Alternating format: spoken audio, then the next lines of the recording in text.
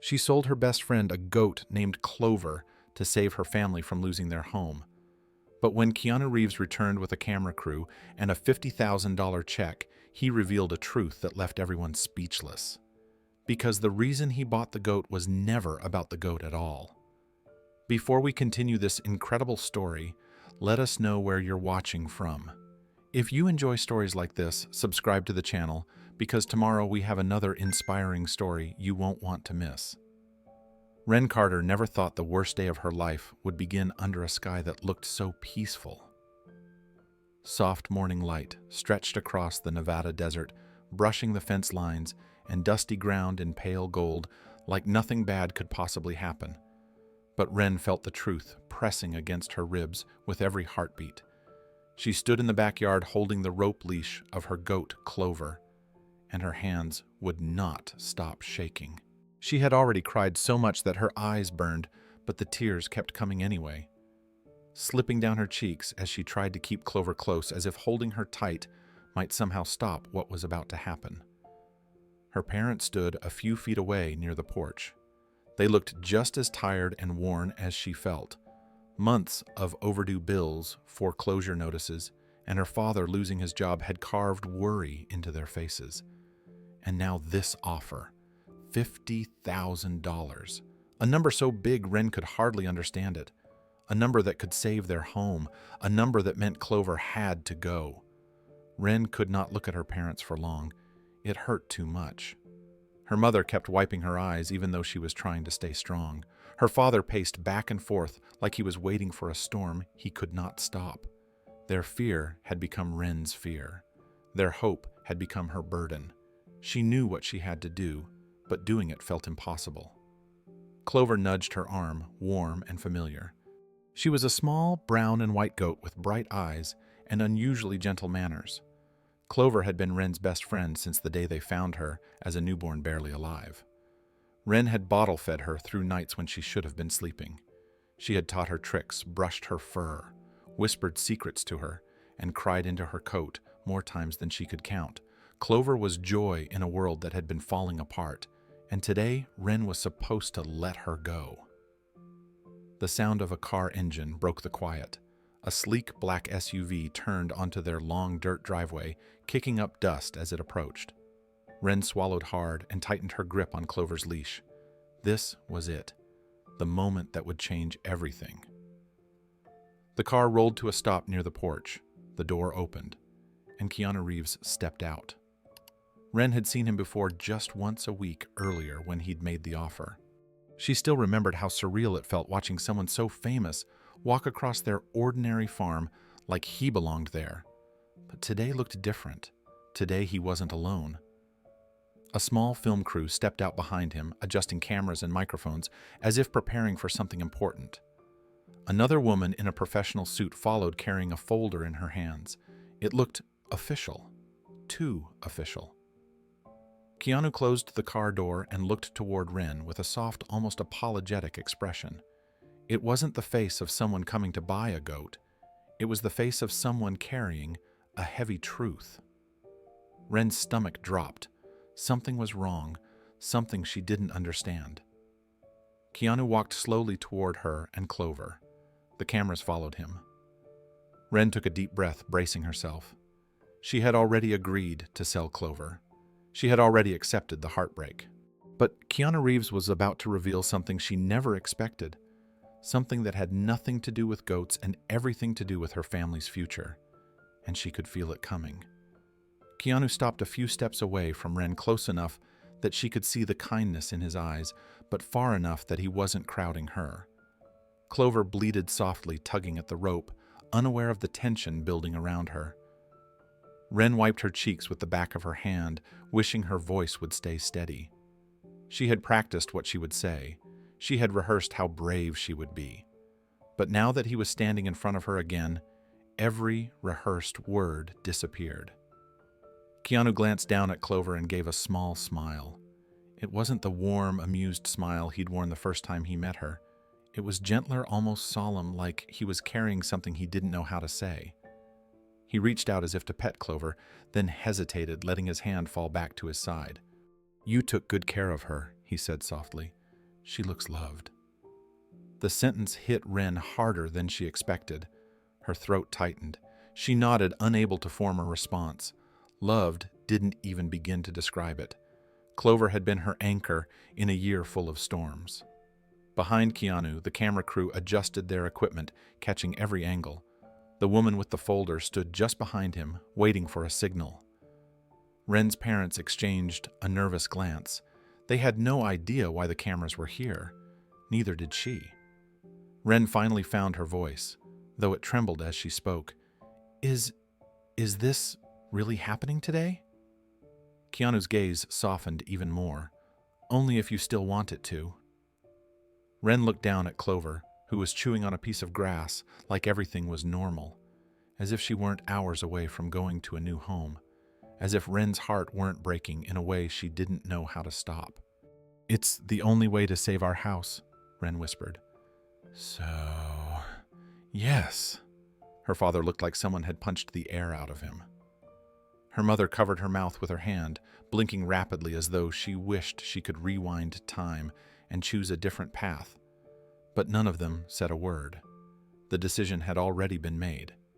Keanu nodded slowly, as though confirming something to himself. Then he stepped back so the cameras could capture the moment more clearly. The woman in the suit stepped forward and opened the folder, revealing a thick stack of documents and a bright check clipped on top. Wren's breath caught. $50,000. Real, tangible, enough to fix everything.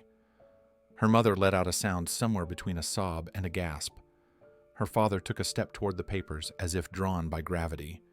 This was the moment Wren had been dreading.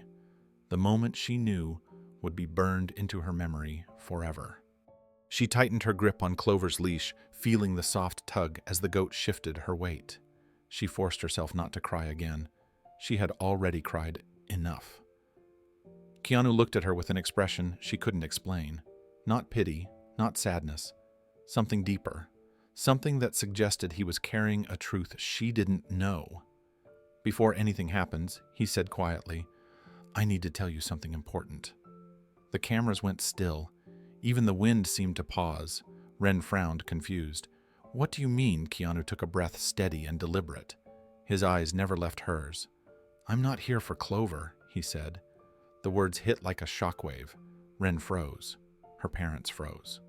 The woman with the folder lowered the papers just slightly. Clover tugged at the rope again, completely unaware of the confusion that had instantly swallowed the yard. Wren stared at him, her heart pounding. Then, "Why are you here?" Keanu opened his mouth to answer, but stopped, as if the truth he was about to reveal would change everything. Keanu glanced at the cameras, then back at Wren, lowering his voice as if this moment belonged only to them. "When I came here last week, I wasn't looking to buy a goat," he said. "I was looking for something I'd lost." Wren felt Clover shift beside her, but she couldn't move. She couldn't breathe. Her parents leaned in, waiting for an explanation that made sense. Keanu continued, "Someone showed me a video of you and Clover. You were sitting under a tree, sharing a sandwich with her, talking to her like she mattered. That moment, it stopped me." His expression tightened with memory. "It reminded me of what kindness looks like when no one is watching." Wren's heart hammered. She remembered that day. She remembered feeling alone, scared, unsure of the future. Clover had been the only comfort she had. Keanu stepped closer. "I didn't come here because Clover is worth $50,000. I came because you are." Wren's breath caught. Her parents stared at him in stunned silence. Before she could speak, he added gently, "And what I'm about to tell you will change everything you think this week has been about." Wren clutched Clover's leash. The world seemed to hold still. Before her world turned upside down, Wren Carter's life was simple in a way she secretly loved. She lived on the edge of a small Nevada town where the desert met the mountains, where the wind carried dust and the smell of hay, and where almost nothing exciting ever happened. Most kids complained about the quiet. Wren never did. Quiet meant she could hear her own thoughts. Quiet meant she could draw. Most mornings began the same way. Wren would wander out to the backyard just after sunrise, barefoot on the cool, dirt sketchbook tucked under her arm. Clover always noticed her first. The little goat would bleat loudly, and run toward her with a lopsided bounce that made Wren smile no matter what mood she woke up in. Clover had one floppy ear that never stood up straight. It wiggled when she moved, giving her a permanently confused expression that Wren adored. Wren would sit beneath the big cottonwood tree, flipping open her sketchbook to a fresh page. Clover would plop down beside her, sometimes resting her head in Wren's lap, sometimes trying to nibble on the pencil. Wren didn't mind. She'd been drawing Clover for years, and still felt like she discovered something new each time. The way her fur caught the light, the curve of her nose, the patterns of white and brown patches across her sides. To anyone else, she was just a goat, but to Wren, she was the heartbeat of their little farm. Inside the house, Wren's parents were already starting their day. Ben Carter, her father, used to work long shifts at the lithium mine before the layoffs came. Now he spent his mornings tending their small patch of land. It wasn't much, just a few rows of vegetables and a couple of old apple trees, but he treated it like his lifeline. Lena Wren's mother packed crates of produce for the weekly farmers market, counting every piece, as if each tomato or zucchini might decide their future. They tried not to let Wren see the worry on their faces, but she noticed anyway. She heard the whispered conversations behind closed doors. She saw the envelopes on the kitchen table marked urgent. Even when they smiled, their eyes looked tired. Wren didn't know how to fix any of it, but she tried, in her own quiet way, to make the days feel lighter. Sometimes that meant cooking breakfast with her mom. Sometimes it meant helping her dad water the garden in the heat. Most of the time, it meant spending hours with Clover because laughing at a goat's silliness was the only thing that felt like hope lately. Wren's best friend, Noah Jennings, lived 2 houses down. He wasn't much of an outdoorsy kid, but he loved hanging out at Wren's place because Clover fascinated him. Noah wore glasses too big for his face and always had a science book sticking out of his backpack. He talked a lot about space and robots and things Wren didn't fully understand, but she liked the sound of his excitement when he explained them. On weekends, Noah brought his old camera and helped Wren record Clover doing ridiculous tricks, standing on a tree stump, trying to jump over a bucket, head-butting a rubber ball with dramatic flair. Noah added funny commentary while Wren laughed so hard she could barely hold the goat still. They joked that one day Clover would be famous. They never imagined it would happen in a way that would change everything. Life wasn't perfect, but these moments made it beautiful, and Wren held on to them tightly without knowing how precious they would soon become. Wren's school days were ordinary in the way small-town life always seemed to be.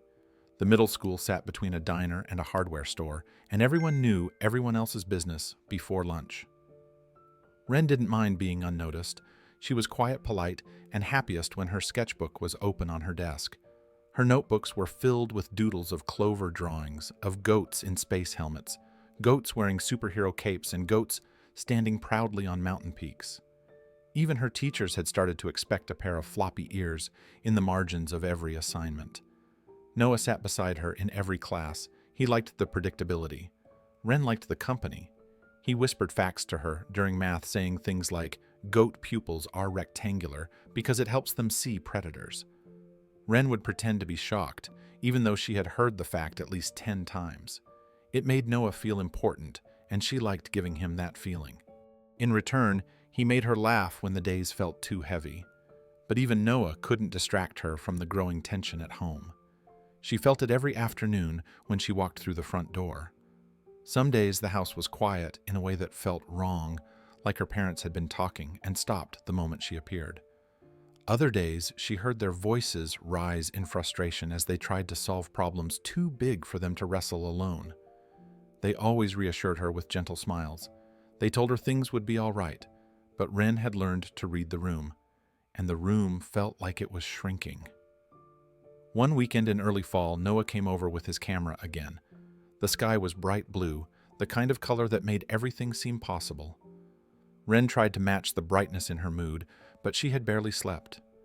She kept seeing her father at the kitchen table late at night, staring at bills he didn't know how to pay. She kept hearing her mother's quiet crying, as though she was trying not to wake anyone. Still, when Noah pressed record on the camera and Clover immediately tried to eat the lens cap, Wren laughed. Not because she wasn't sad, but because Clover made sadness feel smaller for a moment. "Let's film her running through the cones again," Noah said. "Last time she only ran into 3. "That's actually an improvement," Wren teased. They set up plastic cones in a crooked line. Noah held the camera steady with both hands. Wren nudged Clover forward with gentle encouragement. Clover bounded past the first cone with confidence, then veered dramatically left and knocked over the next 2 before jumping in a confused circle. Wren doubled over laughing. Noah nearly dropped the camera. Clover bleated proudly as though she had won a race. Noah replayed the video and added a slow-motion effect, zooming in on Clover's confused face. Wren's laughter filled the yard, brightening the air. Moments like this made Wren believe that somehow everything would be okay. Her friendship with Noah felt like another kind of lifeline. He didn't know the full weight of what her family was facing, but he sensed more than she ever said out loud. When she fell quiet, he didn't push. When she seemed overwhelmed, he simply sat beside her. Sometimes that was enough. That afternoon, Wren, Noah, and Clover lay under the cottonwood tree, watching the leaves tremble overhead. The breeze smelled like dust and apples from the nearby orchard. Clover dozed between them, her belly rising and falling with slow, peaceful breaths. For a moment, the world felt still. For a moment, Wren believed this simple life might last forever. But life was already moving toward the moment that would break her heart before it rebuilt everything she understood. As the weeks passed, Wren's world moved in small, familiar rhythms. Every morning she fed Clover before school. Every afternoon, she walked home with Noah, listening to him talk about science experiments he wanted to try. Every evening she helped her mother sort vegetables for the market, while her father repaired old tools in the fading light. Nothing dramatic ever happened yet. Everything felt precious in a way she didn't fully understand. Wren treasured simple moments. Clover pressing her warm nose against Wren's cheek, Noah showing up with a new joke he had practiced all morning, her father lifting her onto his shoulders when she felt too weighed down by the grown-up worries she wasn't supposed to know about, her mother braiding her hair before bed, humming softly to fill the silence they both feared. Despite the love in their house, the pressure grew, like a shadow stretching across the yard. Wren noticed how her father lingered over the mailbox, hoping for good news that never came. She noticed her mother checking the price of every ingredient twice. Even Clover sensed the heaviness, staying closer to Wren than usual, nudging her gently when she sat alone under the cottonwood tree. Wren clung to these everyday moments, unaware of how soon everything would change. Wren had always known her parents worked hard, but she didn't understand how fragile their life had become until she began noticing the little changes. It started with her father coming home earlier than usual, his shoulders tense, his face dusty from the mine. Then one day he came home before noon and didn't say a word. He went straight to the backyard and sat down on the bench beneath the cottonwood tree, staring at the ground as though searching for something he had lost. That evening, Wren overheard her parents in the kitchen. Their voices were low, but the fear in them carried through the thin walls of their small house. She stood in the hallway, clutching her sketchbook, listening even though she knew she shouldn't. Her mother asked what they were going to do. Her father answered with a quiet honesty that shook Wren more than she expected. The mine had cut jobs again, and this time he wasn't spared. There was no severance, no promise of rehiring, just a handshake and a warning that the town was drying up. After that night, everything seemed to tilt. Her father tried to stay upbeat, waking early to look for work in neighboring towns, but each time he returned, the hope in his eyes dimmed a little more. He applied everywhere he could, from construction sites to roadside diners, but there were too many people in the same situation and not nearly enough jobs to go around. Wren noticed how carefully he moved around the house, as though afraid his presence alone might add to the weight already pressing on them. Her mother, Lena, threw herself into her vegetable stand at the farmer's market. She stretched every dollar until it nearly tore. Some nights, she skipped dinner, claiming she had already eaten. Wren pretended not to notice, quietly slipping some of her own food onto her mother's plate when she wasn't looking. The grocery bags grew lighter each week. Even basic things like milk and fruit became rare treats instead of regular staples. Their home began filling with tension that didn't match its warmth. The walls still held years of laughter and love, but beneath it all, a quiet urgency settled in like dust. Wren tried to pretend everything was fine, but she wasn't blind. She saw her parents flinch when the phone rang. She saw the envelopes on the table marked with red stamps. She understood enough to know those envelopes were dangerous. At night, when she couldn't sleep, she slipped out of bed and curled up beside Clover's stall in the backyard barn. Clover stayed awake with her pressing her forehead gently against Wren's shoulder. The steady warmth of the goat's body kept Wren grounded. She whispered her fears through the dark, knowing Clover wouldn't repeat them. She told her she was scared. She told her she wished she could help. Sometimes she cried quietly into Clover's fur until her eyes ached. Clover was the only place she didn't have to pretend, and the more the world seemed to fall apart, the more Wren clung to her. She didn't know how to fix anything. She didn't know how to stop the bills or bring back her father's job. But she could love Clover, and that was the one thing that made her feel strong enough to face the next day. As the weeks passed, the tension in the Carter household grew into something that hovered over every room. It wasn't loud, it wasn't chaotic. It was quiet, heavy, and constant, like a storm that refused to break. Wren became more aware of the way her parents whispered to each other at night. Not angry whispers, just exhausted ones. She heard words like mortgage overdue deadline and final notice, words that carried weight even if she didn't fully understand all of them.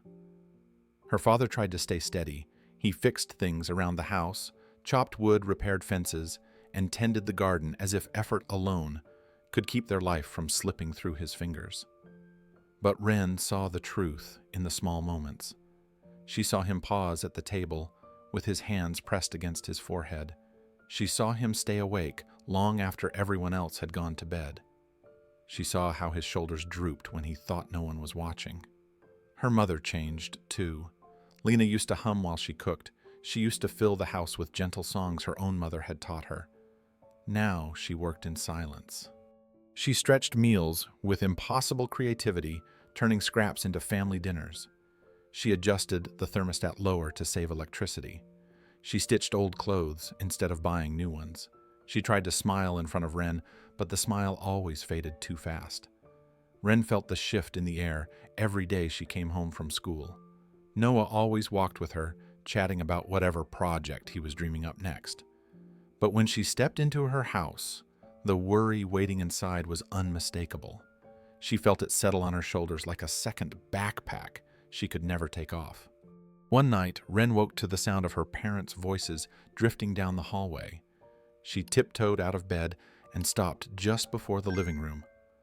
Her father's voice sounded smaller than she had ever heard.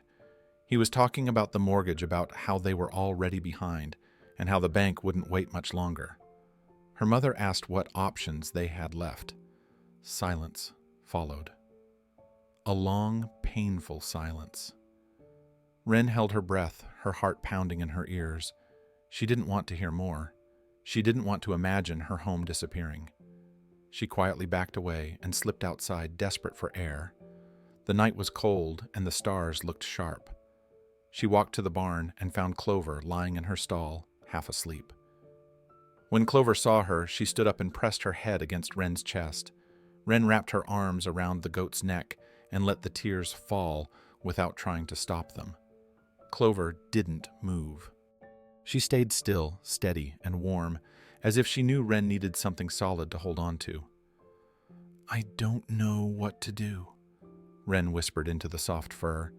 "I don't know how to help them." Clover made a small sound that vibrated softly against Wren's cheek. It wasn't an answer, but somehow it comforted her. Wren stayed there for a long time, listening to Clover breathe. The barn smelled like hay and earth, familiar and grounding. When her sobs eventually faded, she leaned back and wiped her cheeks.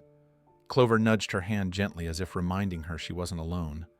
Wren realized then that Clover wasn't just her pet. She was her calm in the storm, her secret place to cry, her friend when everything else felt too heavy. And that made what would come later even more heartbreaking. The next morning, Wren woke with a heaviness in her chest that hadn't been there before. Knowing her parents were hurting made the world seem different. Even the sunlight felt dimmer. She walked into the kitchen and saw her mom packing her father's lunch, trying to make it look full, even though she'd used the last of the vegetables. Her father thanked her with a tired smile. Wren wished she could give them something that would make that smile real again. At school, Wren couldn't focus. Her pencil moved across the paper, but her drawings came out shaky, unfocused. Noah noticed immediately. He didn't ask questions. He just slid one of his little inventions across the table, a tiny, motorized bug that buzzed in circles. It made her smile for a moment, but the weight inside her didn't lift. When she got home that afternoon, she found her dad sitting on the porch steps. His elbows rested on his knees, and he stared out toward the fields without blinking. She sat beside him quietly. She wanted to tell him she knew. She wanted to say they would be okay, but the words stayed trapped in her throat. Clover wandered over and nudged both of them, insisting on attention in the way only she could. Ben chuckled softly and scratched the goat's chin. It was the first sound of relief Wren had heard from him in days. Clover leaned harder into his hand, as if she could somehow shoulder a little of the burden. Wren watched them together and felt her throat tighten. Clover wasn't just a pet. She was the heartbeat of their little world. She made their days softer. She made the stress bearable. And Wren knew, in a way she hadn't let herself admit before, that losing Clover would break something deep inside her. Even before the offer came, even before Keanu Reeves stepped into their lives, the fear of losing the goat she loved most was already growing in her heart. Saturday mornings on the Carter farm were usually quiet. Wren liked them that way. The sun rose slowly over the cottonwood tree. The wind carried the smell of dust and hay, and Clover always greeted her with a bleat that sounded like good morning. It was the one part of the week that felt steady, predictable, safe. But that morning did not stay quiet for long. Wren was brushing Clover's coat when she heard it. A low, steady rumble rolling over the dirt road. Not a truck, not a tractor, a motorcycle. It grew louder and clearer until the vibration trembled through the ground beneath her shoes. Clover lifted her head ears, twitching, unsure whether to be curious or alarmed. Wren stepped toward the fence, shading her eyes from the sunlight. A sleek black motorcycle rounded the bend, its chrome catching the glare. It didn't look like anything that belonged in their tiny Nevada town. It moved with purpose, like the rider already knew exactly where he was going. Her parents stepped out onto the porch, at the same moment, confused.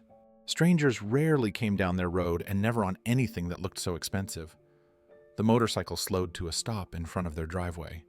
The engine quieted, dust settled, and the rider removed his helmet. Wren's breath caught in her throat. Keanu Reeves stood there, dressed in worn jeans, a soft gray t-shirt, and dark boots that looked like they had traveled thousands of miles. His hair spilled around his shoulders, slightly wind-tangled, but his eyes were what made Wren freeze. They were warm, kind, searching the world gently, like he was always looking for the quietest person in the room. Lena brought a hand to her mouth. Ben blinked as if he were seeing something impossible. Wren couldn't move. Keanu offered a small smile and stepped closer. His voice was calm and grounded. "I hope I'm not interrupting anything. I'm looking for the Carter family." Ben cleared his throat. "That's us."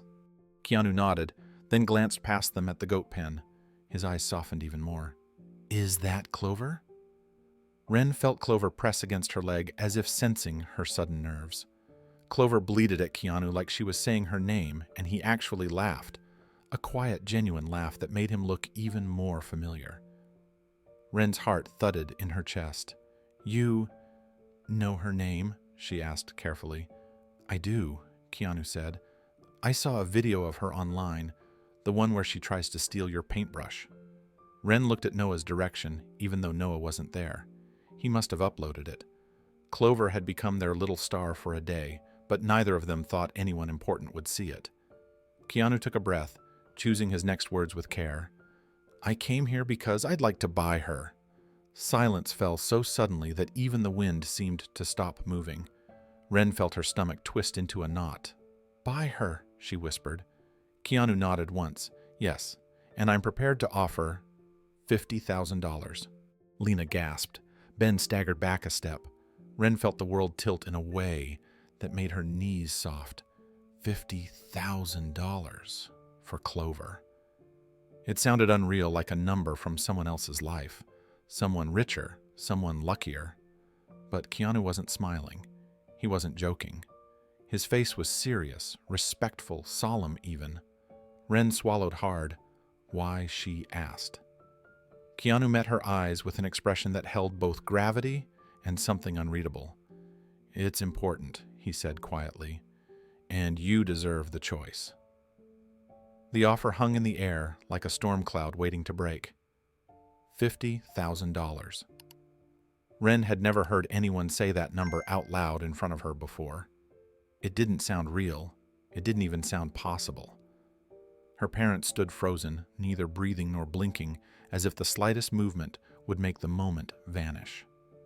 Ben stepped forward first, his voice rough. "Sir, that's a lot of money. More than we've ever even..." Keanu lifted a gentle hand. "I know. And I'm not here to pressure you. I'm here because Clover is special. I saw it the moment I watched that video. But this has to be your daughter's decision, no one else's." Wren felt her throat tighten. Her decision, hers. Even hearing that made her chest ache. Clover was pressed against her side now, sensing the tension in the air the way animals always did. Wren placed her hand on the goat's back and felt Clover's warm, steady breathing. Like always, Clover made her feel grounded, even in the middle of confusion. Lena spoke next, her voice careful. "Mr. Reeves, may we ask why you want our goat?" "Most people don't buy goats. Not like this." Keanu looked at Clover again, his expression softening. "You're right. Most people don't. And I know this probably seems strange, but I promise you there's a good reason. I just can't explain it. Not yet. Not yet." The phrase echoed inside Wren's head. She didn't know whether to feel scared or hopeful or something in between. Ben placed an arm around his wife's shoulders. "We're not saying no. We're not saying yes. But, sir, this is life-changing money for us. Wren should think about it." Wren stared at her father, shocked. He wasn't pushing her. He wasn't telling her to be responsible or reminding her about grown-up problems. He was letting her choose. That alone made her eyes burn. Keanu crouched down so he was eye level with Clover. The goat sniffed him, then nudged his shoulder like she approved. He smiled at her, a small, grateful smile that somehow made Wren's heart twist even harder. "She's gentle," he said softly, "pure-hearted. Animals like this are rare." When I saw the video, something about it struck me, something I couldn't ignore. Wren felt a lump grow in her throat. She wanted to ask 100 questions. She wanted him to say more. She wanted him to explain what he meant and why he came all this way on a motorcycle for a goat who liked to chew shoelaces and knock over buckets. Instead, she managed only a whisper. "Clover isn't for sale." Ben inhaled sharply. Lena's hand flew to her mouth. Wren felt their fear behind her, the fear she wasn't supposed to know existed. Bills, notices, deadlines. All the quiet, crushing things they had tried to shield her from. Keanu didn't look surprised. He looked respectful, as if her answer mattered more to him than the money he was offering. "I understand," he said gently. But his calmness didn't make Wren feel better. It made her feel small, torn, because she wanted to protect Clover with everything in her heart. But she also wanted to help her parents, who had been fighting a battle she didn't fully see until recently. Her father spoke again, voice quiet. "Wren, think about it. Just think. No one is asking you to decide right now." Keanu nodded. He stood, dusted off his jeans, and slid his helmet under one arm. "Take your time. I'm staying in town for the weekend. I'll come back tomorrow. Whatever you decide, I'll respect it." He looked at Clover one last time, then at Wren. "Some choices are hard because they matter." He said it like he knew exactly what it felt like to face one. Keanu turned toward his motorcycle. The engine roared back to life.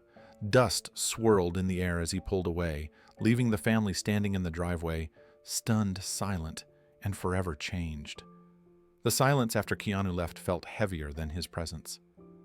Wren stood in the yard, Clover leaning against her leg, while her parents exchanged a look she couldn't quite read. It wasn't fear this time. It wasn't shock anymore. It was hope mixed with heartbreak, each fighting for space in their eyes. Ben finally spoke. "Wren, this could save the farm." Lena stepped closer, brushing hair from Wren's face. "But we will never force you to give up Clover. Not ever. This is your decision. Your heart matters more than money." The words hit Wren like a wave. Her parents weren't asking her to be the adult. They weren't asking her to fix everything. They were simply asking her to choose what mattered most to her, even if it hurt. Wren bent down and wrapped her arms around Clover's neck. The goat nuzzled her cheek, warm and trusting.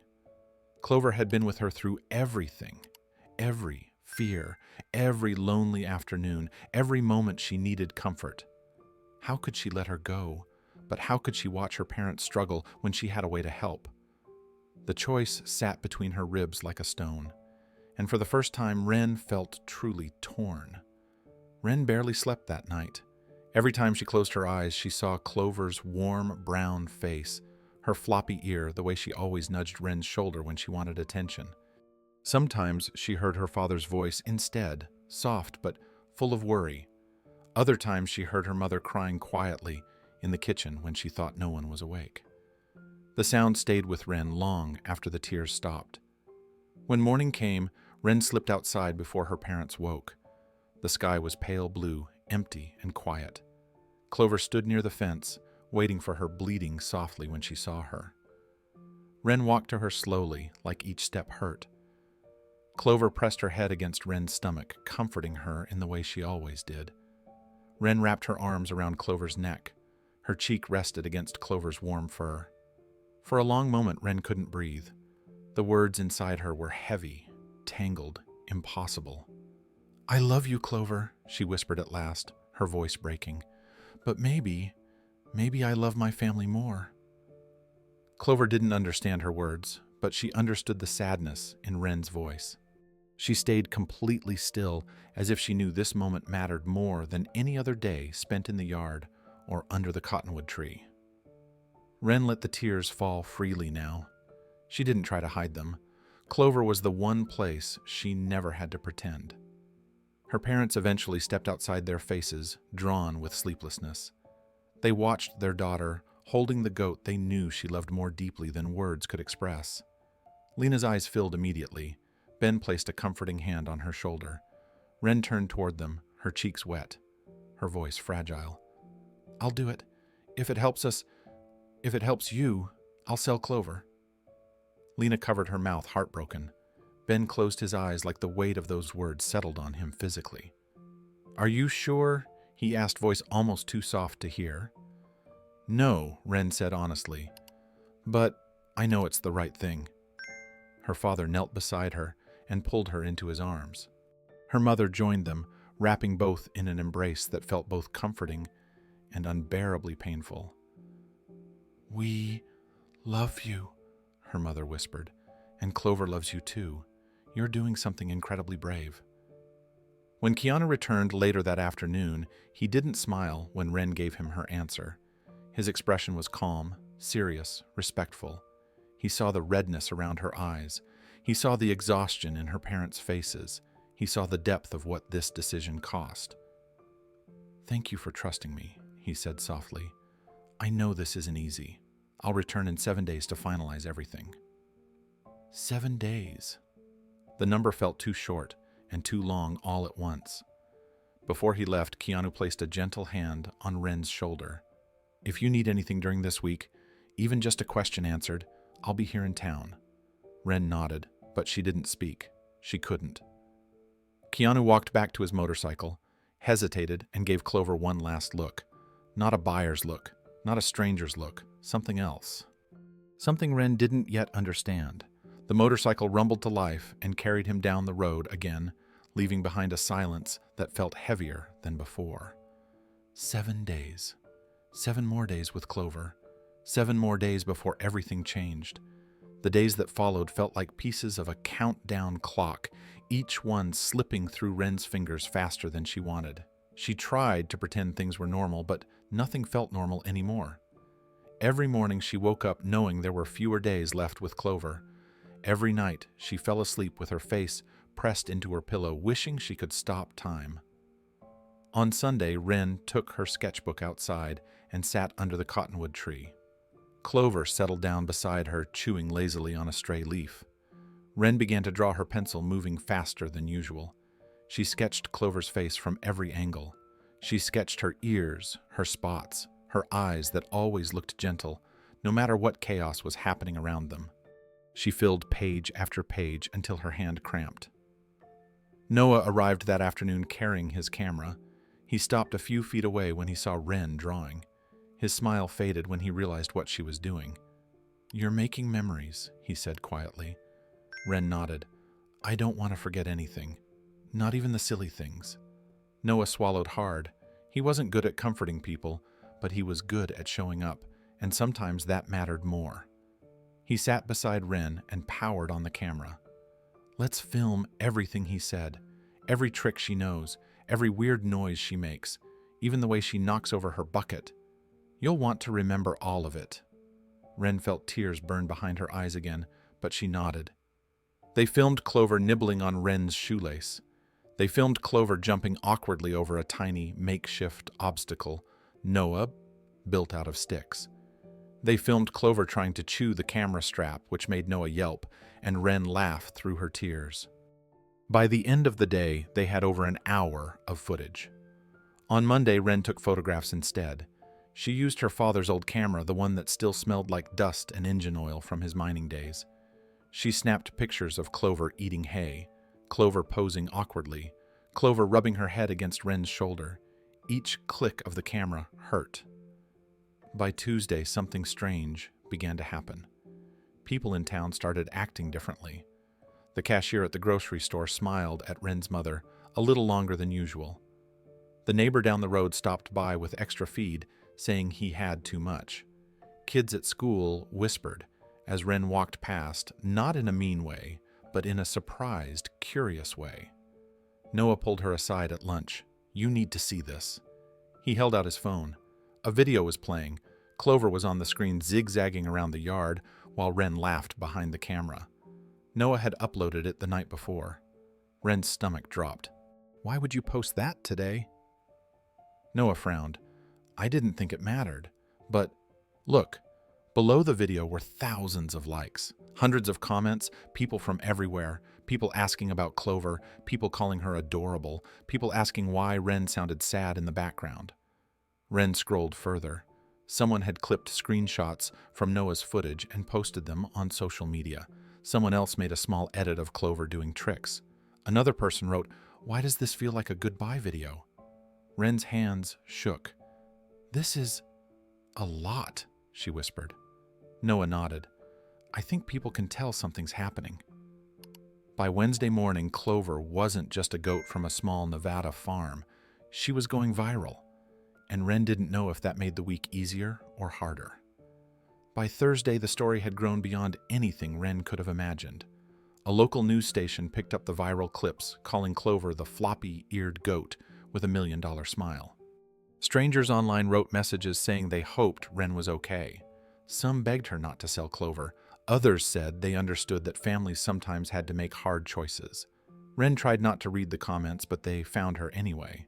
Noah sent screenshots. Kids at school whispered them in the hallway. Teachers looked at her with sympathy she didn't want. Every mention of Clover made her heart twist a little deeper. At home, her parents watched everything unfold with wide, overwhelmed eyes. Ben kept shaking his head, muttering how strange it all was. Lena started checking the farm's mailbox twice a day, as if expecting something magical to appear among the bills and notices.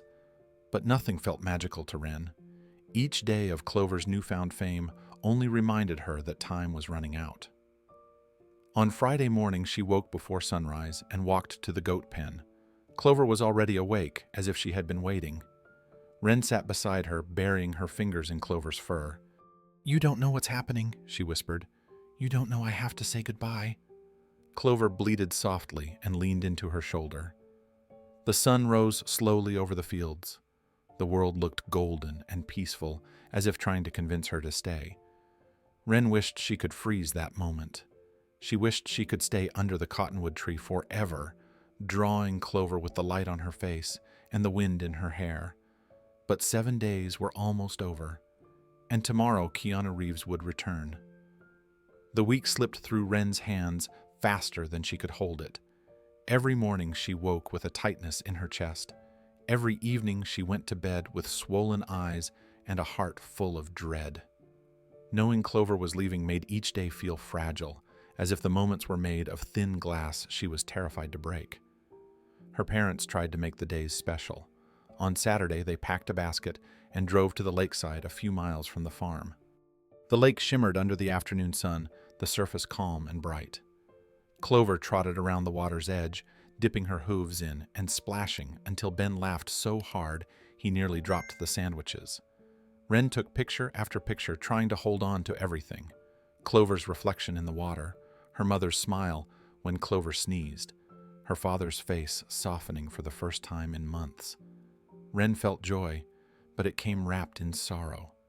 Every precious moment only reminded her of what she was about to lose.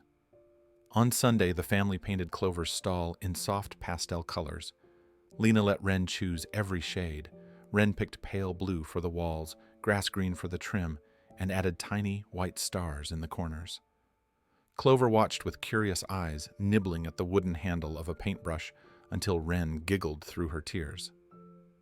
"This is for her," Wren said quietly.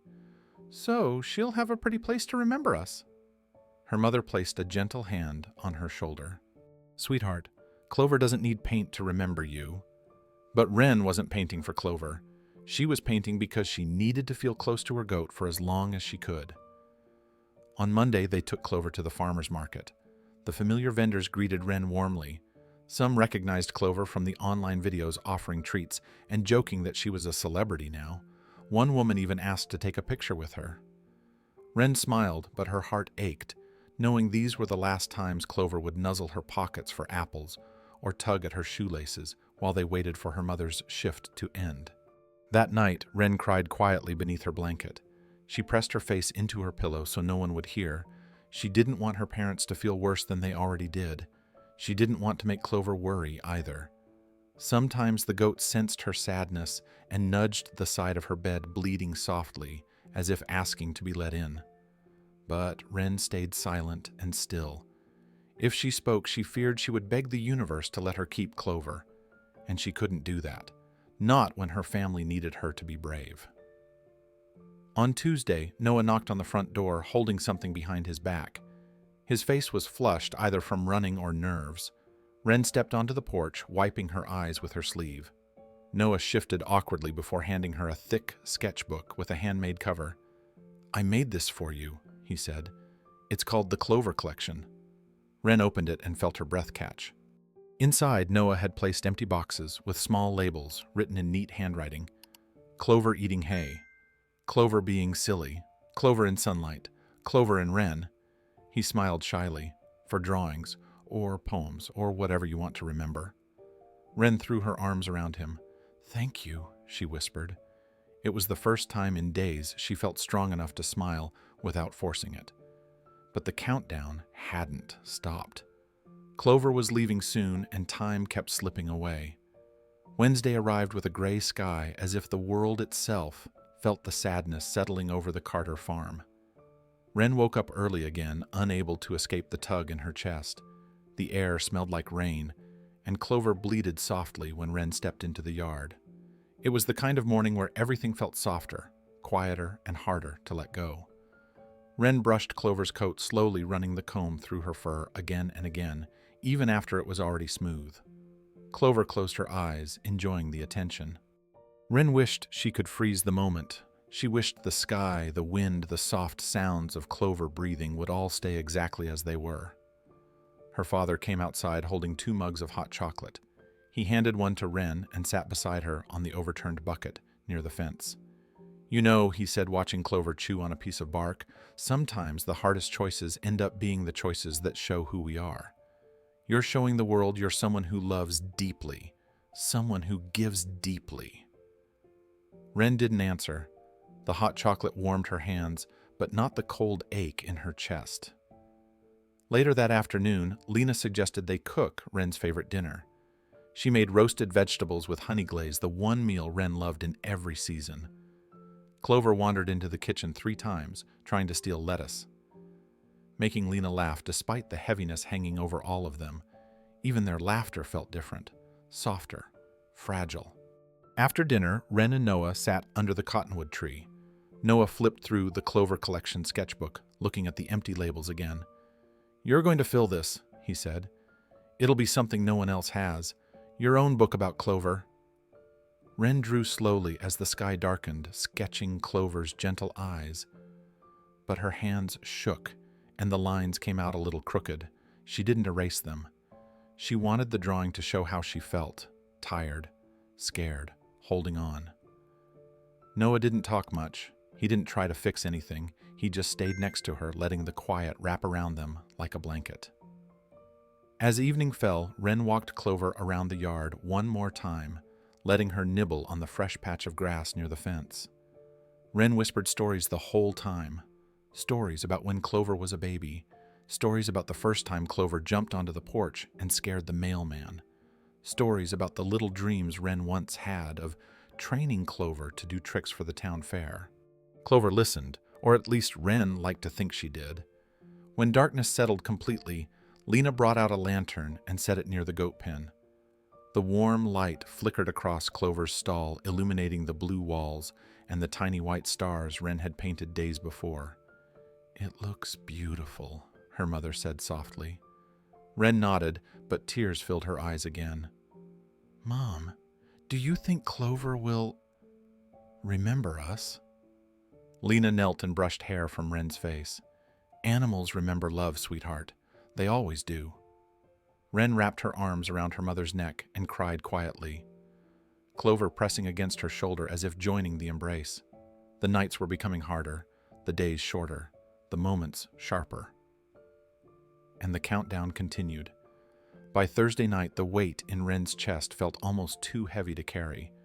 The stars came out early, shining above the cottonwood tree like tiny lanterns. Wren couldn't sleep. Each time she closed her eyes, she imagined Clover being led away. She imagined the empty stall, the silence in the mornings, the space beside her under the tree that would no longer be filled. So she took her blanket and slipped outside. The barn was warm with Clover's steady breathing. Wren spread her blanket across the straw and sat beside her goat, leaning gently against her body. Clover shifted, then settled with a soft bleat as if saying she didn't mind the company. Wren rested her hand on Clover's back, following the rise and fall of her slow breaths. "Please, don't forget me," Wren whispered. Her voice trembled in the dim light. "Please remember the way we used to sit out here. Remember the tree, remember the drawings, remember me." Clover lifted her head and nudged Wren's cheek.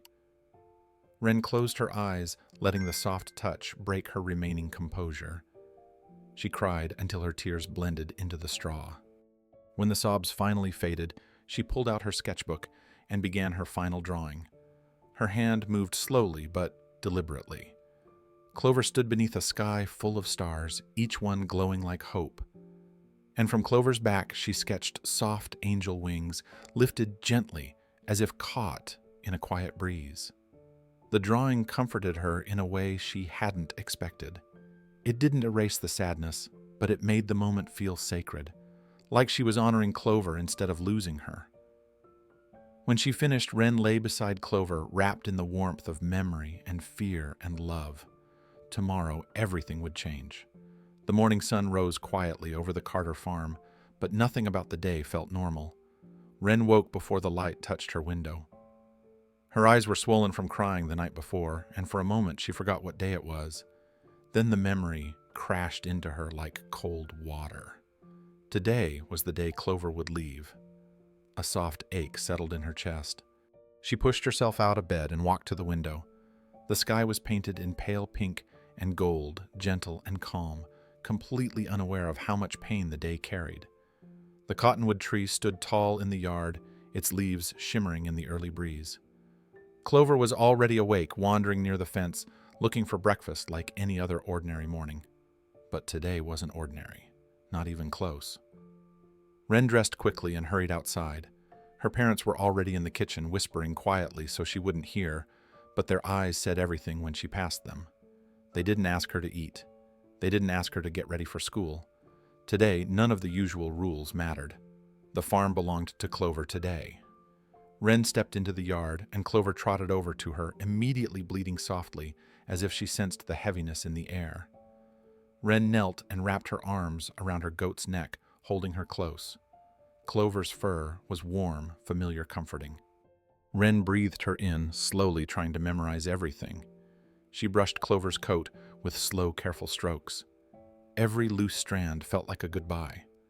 When she finished, she tied a soft blue ribbon gently around Clover's neck. It was the same ribbon she used to wear in her hair when she was younger, back when life felt simpler, and she believed everything would always stay the same. Her father came outside carrying 2 lawn chairs. He set them beneath the cottonwood tree without saying a word. Her mother followed with a blanket and a small basket of snacks. They were doing everything they could to make the day gentle, even though nothing could protect Wren's heart from what was coming. Noah arrived just after 9, his backpack filled with snacks, juice boxes, and the sketchbook he had made for her. He didn't try to force a smile today.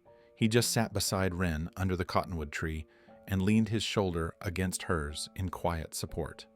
The silence between them felt heavy, but safe. The hours passed slowly. Clover wandered around them, sometimes resting her head on Wren's knee, sometimes pressing against Noah's back, sometimes curling up under the shade beside Wren's feet. Wren drew picture after picture, filling page after page of the Clover collection. Noah added little notes under each sketch. Clover eating snacks, Clover being moody, Clover and Wren's last morning. Her parents sat nearby, watchful and quiet.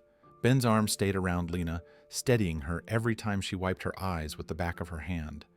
Wren didn't speak much. She didn't trust her voice. She whispered to Clover sometimes, but mostly she listened to the wind, the shifting leaves, the heartbeat of the only friend she had never feared losing until now. By noon, a soft dread settled in her stomach. By 1 o'clock, her hands trembled every time she reached for her pencil. By 3, she could barely sit still. At 4:00 p.m., the calm of the afternoon shattered. A deep rhythmic rumble approached the farm. Wren froze. Her parents stood. Noah looked toward the road, eyes wide, and Clover lifted her head. Keanu Reeves had come back, but he wasn't alone. A cloud of dust rose along the dirt road as the dark SUV turned into the driveway, followed by a long white trailer and a van with unfamiliar equipment strapped to the roof. The vehicles came to a slow stop near the barn. Wren felt her heartbeat thudding in her ears. She held Clover closer, though she knew she couldn't keep her forever. Keanu stepped out of the SUV. He wore jeans and a simple black jacket, but what struck Wren most was the expression on his face. Calm, gentle, but undeniably serious. Behind him, a woman in a medical vest climbed out of the next vehicle carrying a kit. A veterinarian. Beside her, a man with a camera rested the lens against his chest. Another followed, holding a microphone. There were at least 4 people with Keanu, all moving with quiet purpose. Noah whispered under his breath, "This is a lot." Wren couldn't respond. Her throat had closed completely. Ben stepped forward first, offering a handshake. Keanu took it firmly and thanked him for having them. Lena stood beside her husband, trying to be polite through the fear swimming in her eyes. Then Keanu walked toward Wren. Everything inside her felt like it was collapsing. She wanted to run. She wanted to hide. She wanted to hold Clover and never let go. But she stayed where she was, gripping the blue ribbon tied around Clover's neck. "Hi, Wren," Keanu said softly. "Thank you for being here with her today." Wren nodded, unable to speak. Keanu looked at Clover with a tenderness Wren didn't expect. "May I?" he asked gently. Wren hesitated. Then she stepped aside, giving him room. Clover sniffed Keanu's hand and nudged it. He smiled, rubbing her chin the way she liked. "She's even sweeter in person," he murmured. The veterinarian approached next. "I'm Dr. Elena Cruz," she said kindly. "I'm just here to make sure Clover is healthy for the transition." Transition! The word hit Wren like a punch. Dr. Cruz knelt and began checking Clover's heartbeat, eyes, gums, and hooves. Clover tolerated it well, occasionally leaning back toward Wren for reassurance. The camera crew stood back, filming quietly. Wren didn't understand why they were here. She didn't understand why Clover's departure needed to be recorded. She didn't understand why someone like Keanu Reeves had become part of her life at all. She only knew that with each passing minute, her grip on Clover's future loosened. When the exam ended, Dr. Cruz gave a small smile. "Clover is in wonderful condition. Someone has taken very good care of her." Wren swallowed hard. She couldn't look away from Clover's face. Keanu straightened. "Wren, before we take the next steps, are you still sure about your decision?" Her parents looked at her immediately. Noah's breath caught beside her. The entire world seemed to freeze, waiting for her answer. Wren felt her chest tighten painfully. She placed both hands on Clover's cheeks, pressing her forehead against the goat's warm fur. Clover bleated softly, as if asking what was wrong. Wren whispered so quietly only Clover could hear, "I love you. I love you so much." Then she lifted her head, tears gathering in her eyes. "I'm sure," she whispered. It was the hardest sentence she had ever spoken. Keanu nodded slowly, not triumphant, not relieved, just understanding. His expression softened in a way that made Wren feel seen. "Thank you for your courage," he said quietly. But the words didn't comfort her. Nothing could. The moment Wren said the words, a quiet shiver seemed to pass through the entire farm. Dr. Cruz nodded gently, the way someone does when they knows a child is trying to be brave. The camera crew lowered their equipment for a moment, as if giving her space.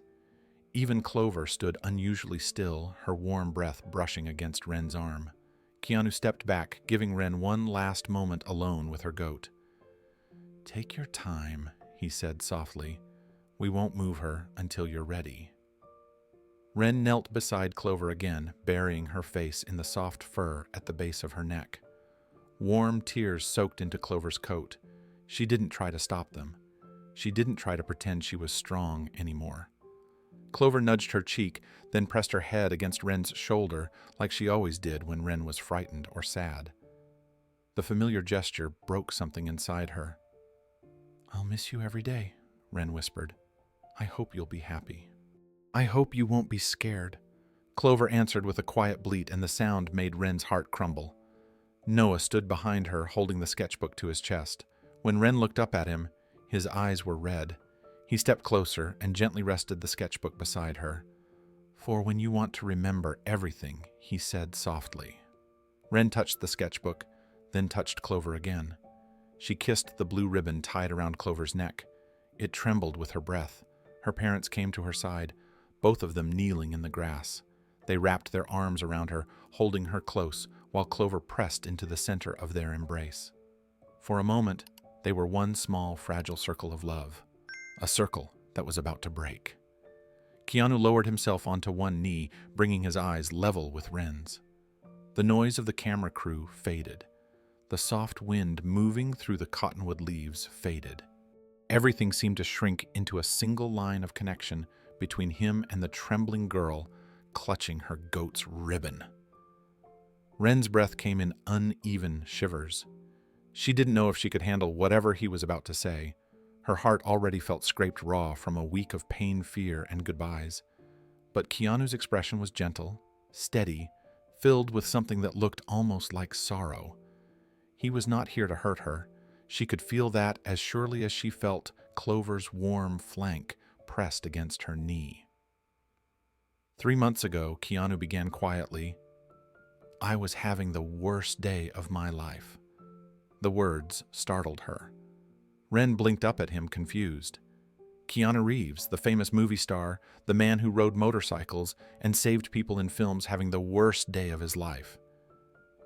It didn't seem possible, but Keanu kept going, his voice calm and low. "You think people like me have everything figured out. We don't." That day, I felt completely empty. I was burned out, tired, lost. I wasn't sure I could keep doing what I was doing anymore. Lena brought a hand to her mouth. Ben froze.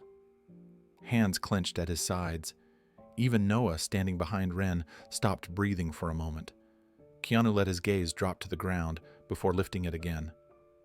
I had driven out here to Nevada to clear my head.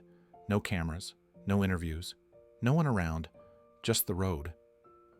I didn't know what I was looking for. I just knew I needed something to change because I felt like I was disappearing inside myself.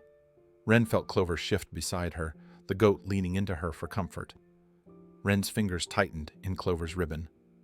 That afternoon, I pulled over on a dusty road not far from here. Keanu continued, I was exhausted. I sat on my motorcycle and thought maybe it's time to step away from acting. Maybe everything I've been doing has stopped making sense. Maybe people don't need me anymore. He paused, rubbing his thumb against his palm, remembering the weight of that moment. Then I saw something. Something small, something quiet, but it felt like the first breath of air after being underwater for too long. He looked directly into Wren's eyes. I saw you. Wren's heart jolted. Me? You were walking on the side of the road with Clover. Your backpack was almost falling off your shoulder. Your jeans were too small, and you had a sandwich wrapped in plastic. You took it out, sat under a little tree, and broke it in half. Wren remembered that day. It had been hot, windy, and tense. Her parents had been arguing about bills. She'd escaped with Clover just to breathe. You didn't give Clover the crumbs, Keanu said softly. You gave her exactly half, even though I could see you were hungry, even though you didn't have much. A warm sting spread behind Wren's eyes. You sat there drawing in your notebook while Clover rested her head in your lap. It was peaceful, simple, gentle. Like the world had stopped being complicated just for a minute. And I remember thinking, this little girl knows something I forgot a long time ago. Ben swallowed hard. Lena pressed her hand to her chest. Noah stared at Wren in awe. Keanu continued, You reminded me that life isn't always about doing big things. Sometimes it's about the smallest acts of love.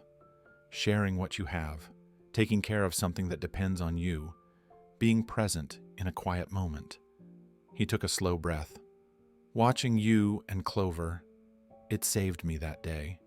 It gave me hope again. Keanu let the silence sit for a moment, as if giving Wren time to breathe, time to understand that he wasn't reciting a script or performing for the camera crew behind him. Every word he spoke felt personal, sincere, pulled from a place he rarely shared with the world. I didn't know your name, he said, but I knew your kindness. I knew the way you looked at Clover like she mattered more than anything. I knew the way you made sure she ate even when you looked hungry yourself. People don't realize how rare that kind of heart is. Wren stared at him through a blur of tears. She remembered that day clearly, the tightness in her stomach, the way Clover made everything feel softer. She had never imagined someone else had been watching.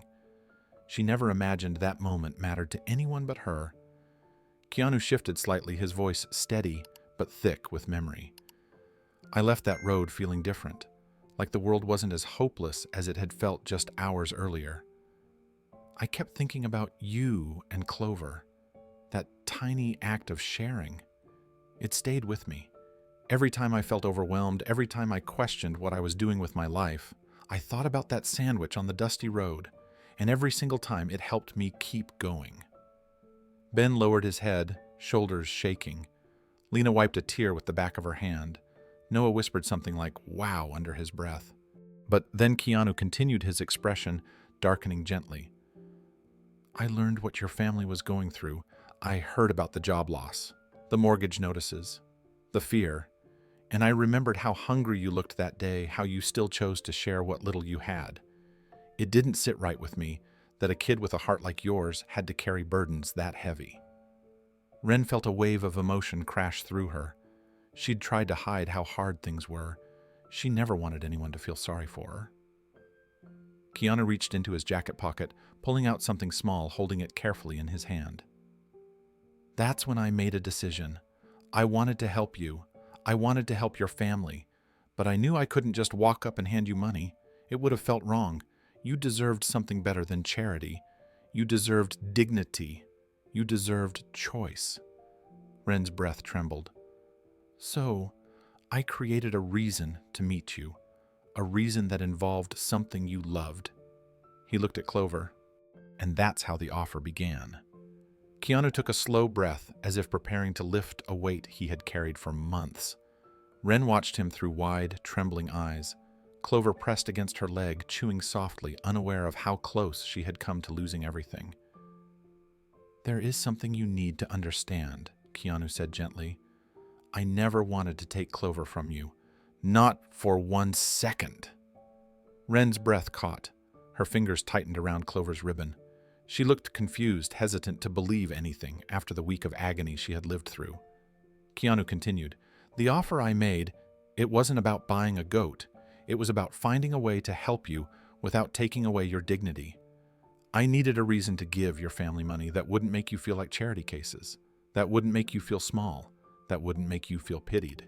Lena covered her mouth with her hand, tears rising again.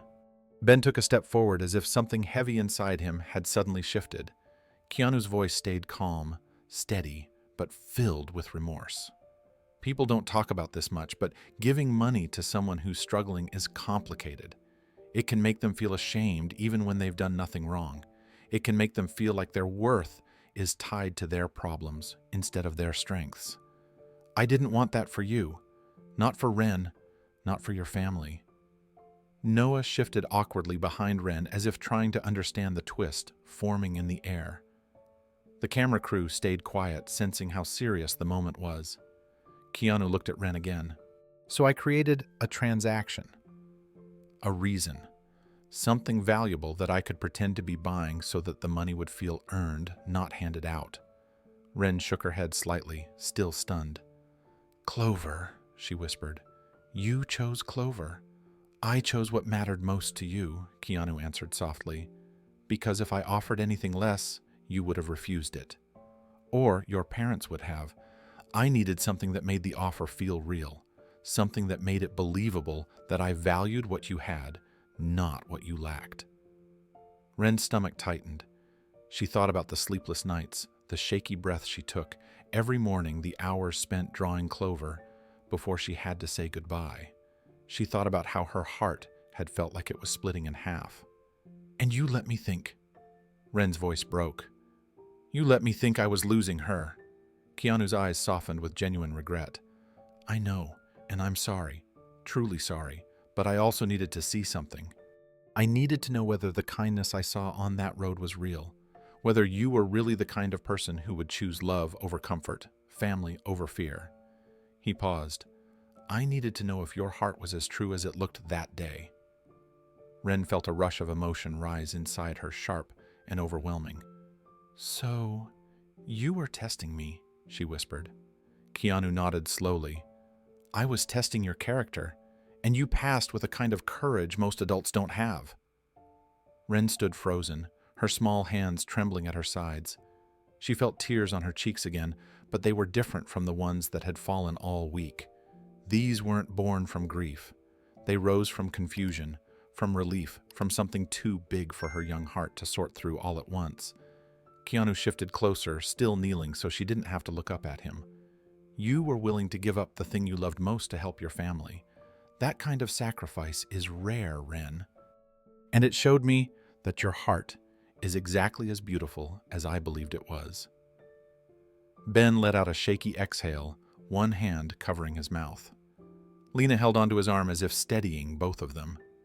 Noah stared at Wren like he was seeing her for the first time, realizing just how brave she had been.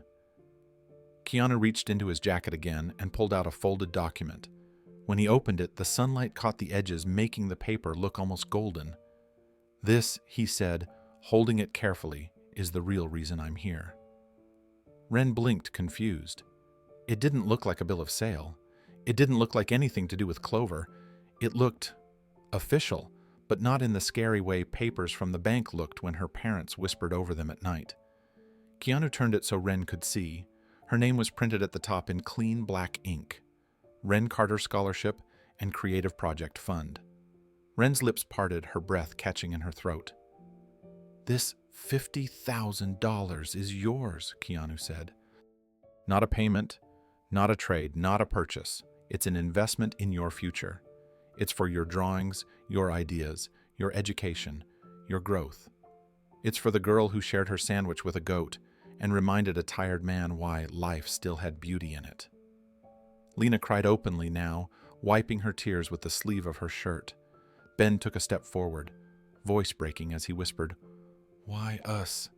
Keanu looked at them with steady kindness. "Because your daughter saved me on a day when she didn't even know she was saving anyone. And because she deserves a world that sees the goodness she carries. A world where someone believes in her enough to give her a starting place." Wren swallowed hard, staring at her name on the document.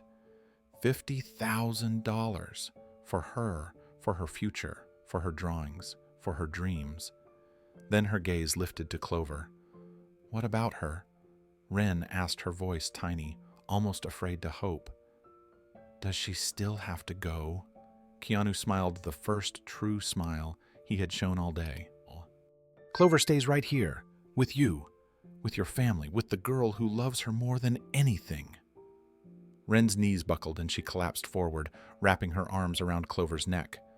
Clover bleated in surprise, then pressed her head against Wren's shoulder, as if she understood every word. Keanu placed a gentle hand on Wren's back. No strings attached, no conditions. Just a gift to a girl who earned it simply by being who she is. Everything inside Wren burst into light. The fear, the heartbreak, the despair of the past week melted away, replaced by something warm and strong. Hope. Wren was still hugging Clover when Keanu stood dusting his jeans lightly, a gentle smile pulling at the corners of his mouth. The weight of the past week seemed to lift from the entire farm. The tightness in the air softened. Even the camera crew, though still filming, stood with quiet smiles as if they understood they were witnessing something rare. "There is one more thing," Keanu said, turning toward the family. Ben straightened, wiping his face with the back of his hand. Lena held her breath, eyes still red from crying. Noah leaned forward, eager and confused. Wren stayed kneeling, one arm wrapped around Clover's neck, her cheeks streaked with tears that were finally, unmistakably tears of relief. Keanu gestured for everyone to come closer. When they did, he took a slow breath, the kind someone takes before sharing something important. "Today is the official launch of something I've been working on for months. A nationwide initiative, a program built for kids who show extraordinary character, compassion, and creativity. Kids like you, Wren." Wren blinked, unsure she had heard correctly. "I call it Project Heartline," Keanu continued, "because kids like you create the lines of hope that hold communities together." Noah whispered the name under his breath almost reverently. Lena's hand flew to her chest. Ben's brow furrowed in disbelief. Wren finally managed to speak. "I'm the first," Keanu smiled warmly. "Yes, you are the very first. Your story, your spirit, your kindness. It all inspired this program." He motioned toward the film crew. "And today we're capturing your beginning so that one day thousands of other kids can look at your courage and believe in themselves." Wren felt her heartbeat skitter. She glanced down at Clover, who blinked back at her with the calm curiosity only a goat could have. It didn't feel real. None of it felt real. Keanu crouched again, so his voice reached her gently. "Part of Project Heartline includes supporting a child's talent and giving their family the tools to grow. And Wren, your art isn't just good, it's honest. It's full of emotion. It shows the world how you see things, and that's a gift." He paused, letting the words settle. "Which is why your drawings will be featured in a new children's hospital being built in Sacramento. A whole wing dedicated to young patients will display your work. Your art will make kids feel safe. It will make them smile on days when smiling is hard." Wren covered her mouth with her hands, stunned. Her drawings. In a hospital somewhere. Real. Somewhere far away. Somewhere important. Keanu turned to Ben next. "And your dad will be part of it too. The hospital wants a sustainable farming initiative on site. A garden for kids to learn from. A program that shows them how food grows, how the earth gives back. They want someone who understands the land, someone humble, someone patient. They want you, Ben." Ben's jaw dropped. He shook his head slowly as if unable to process what he was hearing. "Me? I'm just a farmer." "A good one," Keanu said. "And a good man. That's exactly who they need." Ben's eyes filled again, but this time they weren't filled with worry or exhaustion. They were filled with something he hadn't allowed himself to feel in months. Possibility. Lena reached for his hand, squeezing it tightly, her own shoulders shaking with quiet, grateful laughter. Keanu then turned to her. And Lena, you haven't gone unnoticed either. Your vegetable program at the farmer's market is exactly the kind of work communities need. Fresh food, fair prices, real connection. Project Heartline is partnering with several community grant organizations to help you expand, not just here in Nevada, but in neighboring towns that lack fresh produce. You'll have seed funding training support and a network of partners who believe in what you do. Lena covered her face with both hands, overwhelmed. For months, she had fought to keep her small stand alive while quietly fearing it would disappear. Now someone was telling her it mattered enough to grow. Keanu softened his voice. Your family is the kind of family this country needs more of. You love quietly, you work hard, you protect each other. It's time the world opened a door for you instead of closing one. The camera crew captured everything, but it didn't feel intrusive. It felt like they were preserving a moment that would outlive all of them. A moment that would someday show other children that kindness has weight, that small actions can shape entire futures. Wren finally stood still, gripping Clover's ribbon. She looked between Keanu and her parents, trying to absorb it all. Her drawings would hang in a real hospital. Her dad would lead a farming project for children. Her mom would expand her market program. And she, just an 11-year-old girl who once shared her sandwich with a hungry goat, was the first face of something huge. Keanu reached out his hand, not to shake hers, but to invite her closer. Wren stepped forward. Clover followed, bumping her gently from behind, like she always did when she sensed emotion. Keanu laughed softly. Looks like she approves, or maybe she just wants my shoelaces again. Right on cue, Clover lowered her head and tugged at the lace of his left boot. The bleat she let out echoed across the yard, perfectly timed, perfectly ridiculous. It broke whatever tension remained. The camera crew laughed. Noah doubled over. Lena wiped her eyes while laughing at the same time. Even Ben let out a breathless chuckle. Wren smiled so wide it hurt. Relief, joy, disbelief, and love all swirled together, making her feel lighter than she had ever felt. Keanu stepped aside so that the camera could capture all of them, standing together. Wren with her arm around Clover, Ben and Lena leaning into one another, Noah clutching the sketchbook like it was a trophy, Clover nibbling unapologetically at the bootlace she was determined to steal. This is what Project Heartline stands for, Keanu said. Families like yours, kids like you, moments like this. And with that, the world seemed to open. Wren could feel it. Her family could feel it. The future wasn't scary anymore. It had finally shifted toward hope. 6 months later, the Children's Hospital in Sacramento felt alive with color. Sunlight streamed through tall glass windows, painting soft reflections across the freshly completed mural that filled the East Wing. Nurses paused as they walked by. Parents lifted their children so they could see better. Doctors slowed their hurried steps, their faces softening as they took in the artwork. It wasn't just a mural. It felt like a story breathing on the wall. Wren stood beside it, her hands clasped in front of her, wearing a simple blue dress her mother had sewn for her. Her hair had grown longer. Her shoulders stood a little straighter. She wasn't the same girl who once cried herself to sleep in the barn beside Clover. She was still gentle, still quiet, but something inside her had opened. Courage, purpose, a new kind of strength. The mural stretched across 20 feet of smooth white wall. It showed children of every background, every shade of skin, reaching upward toward a swirling sky filled with glowing stars. Their faces shone with wonder and determination. Each child stood on a small patch of earth drawn in warm, layered tones, symbolizing the ground everyone shares.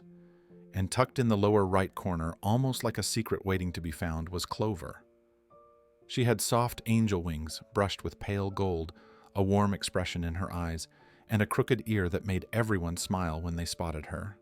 Wren stepped back to look at it again, even though she had spent weeks painting each detail. She still felt her chest tighten with awe. She had created this. Her hands, her heart, her story. It was overwhelming to imagine that children walking these halls, some scared, some hurting, some clinging to hope, would see her mural every day. Noah stood near her, clutching the well-worn sketchbook she used to call the Clover collection. He had filmed behind the scenes for the hospital's media team, proud of every brushstroke she made. He smiled at her now, his face glowing with the kind of pride only a true friend carries. "You ready?" he whispered. Wren nodded, though her stomach fluttered. People filled the small auditorium space the hospital had set up for her unveiling ceremony. Patients in wheelchairs, nurses still wearing gloves from their rounds, doctors in white coats, parents holding toddlers, and scattered among them, community members who had followed her story from the beginning. In the front row sat her mom and dad, hands intertwined. Ben looked healthier than he had in years. His new role at the hospital's garden program giving him steady work and purpose. Lena wiped her eyes before Wren noticed, pretending it was just dust. Even Keanu had returned for the event wearing a simple black jacket, trying not to draw attention, but failing anyway. His warm smile told her everything. He was proud too. A hospital administrator stepped forward and welcomed everyone. Then she announced the moment they had all gathered for. "It is my honor to introduce the young artist behind this extraordinary mural. Please welcome Wren Carter." The room filled with gentle applause. Wren's heart pounded. She stepped up to the small podium, gripping its sides with trembling hands. She took one breath, then another. Then she began to speak.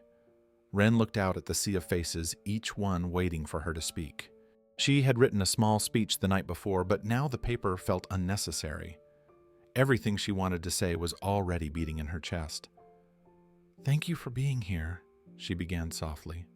Her voice trembled, but only for a moment. She steadied herself by thinking of Clover, of Noah, of her parents smiling from the front row. 6 months ago, I didn't know what tomorrow would look like. I didn't know if things were going to get better. I didn't know if I mattered outside my backyard. But someone saw something in me before I ever saw it in myself."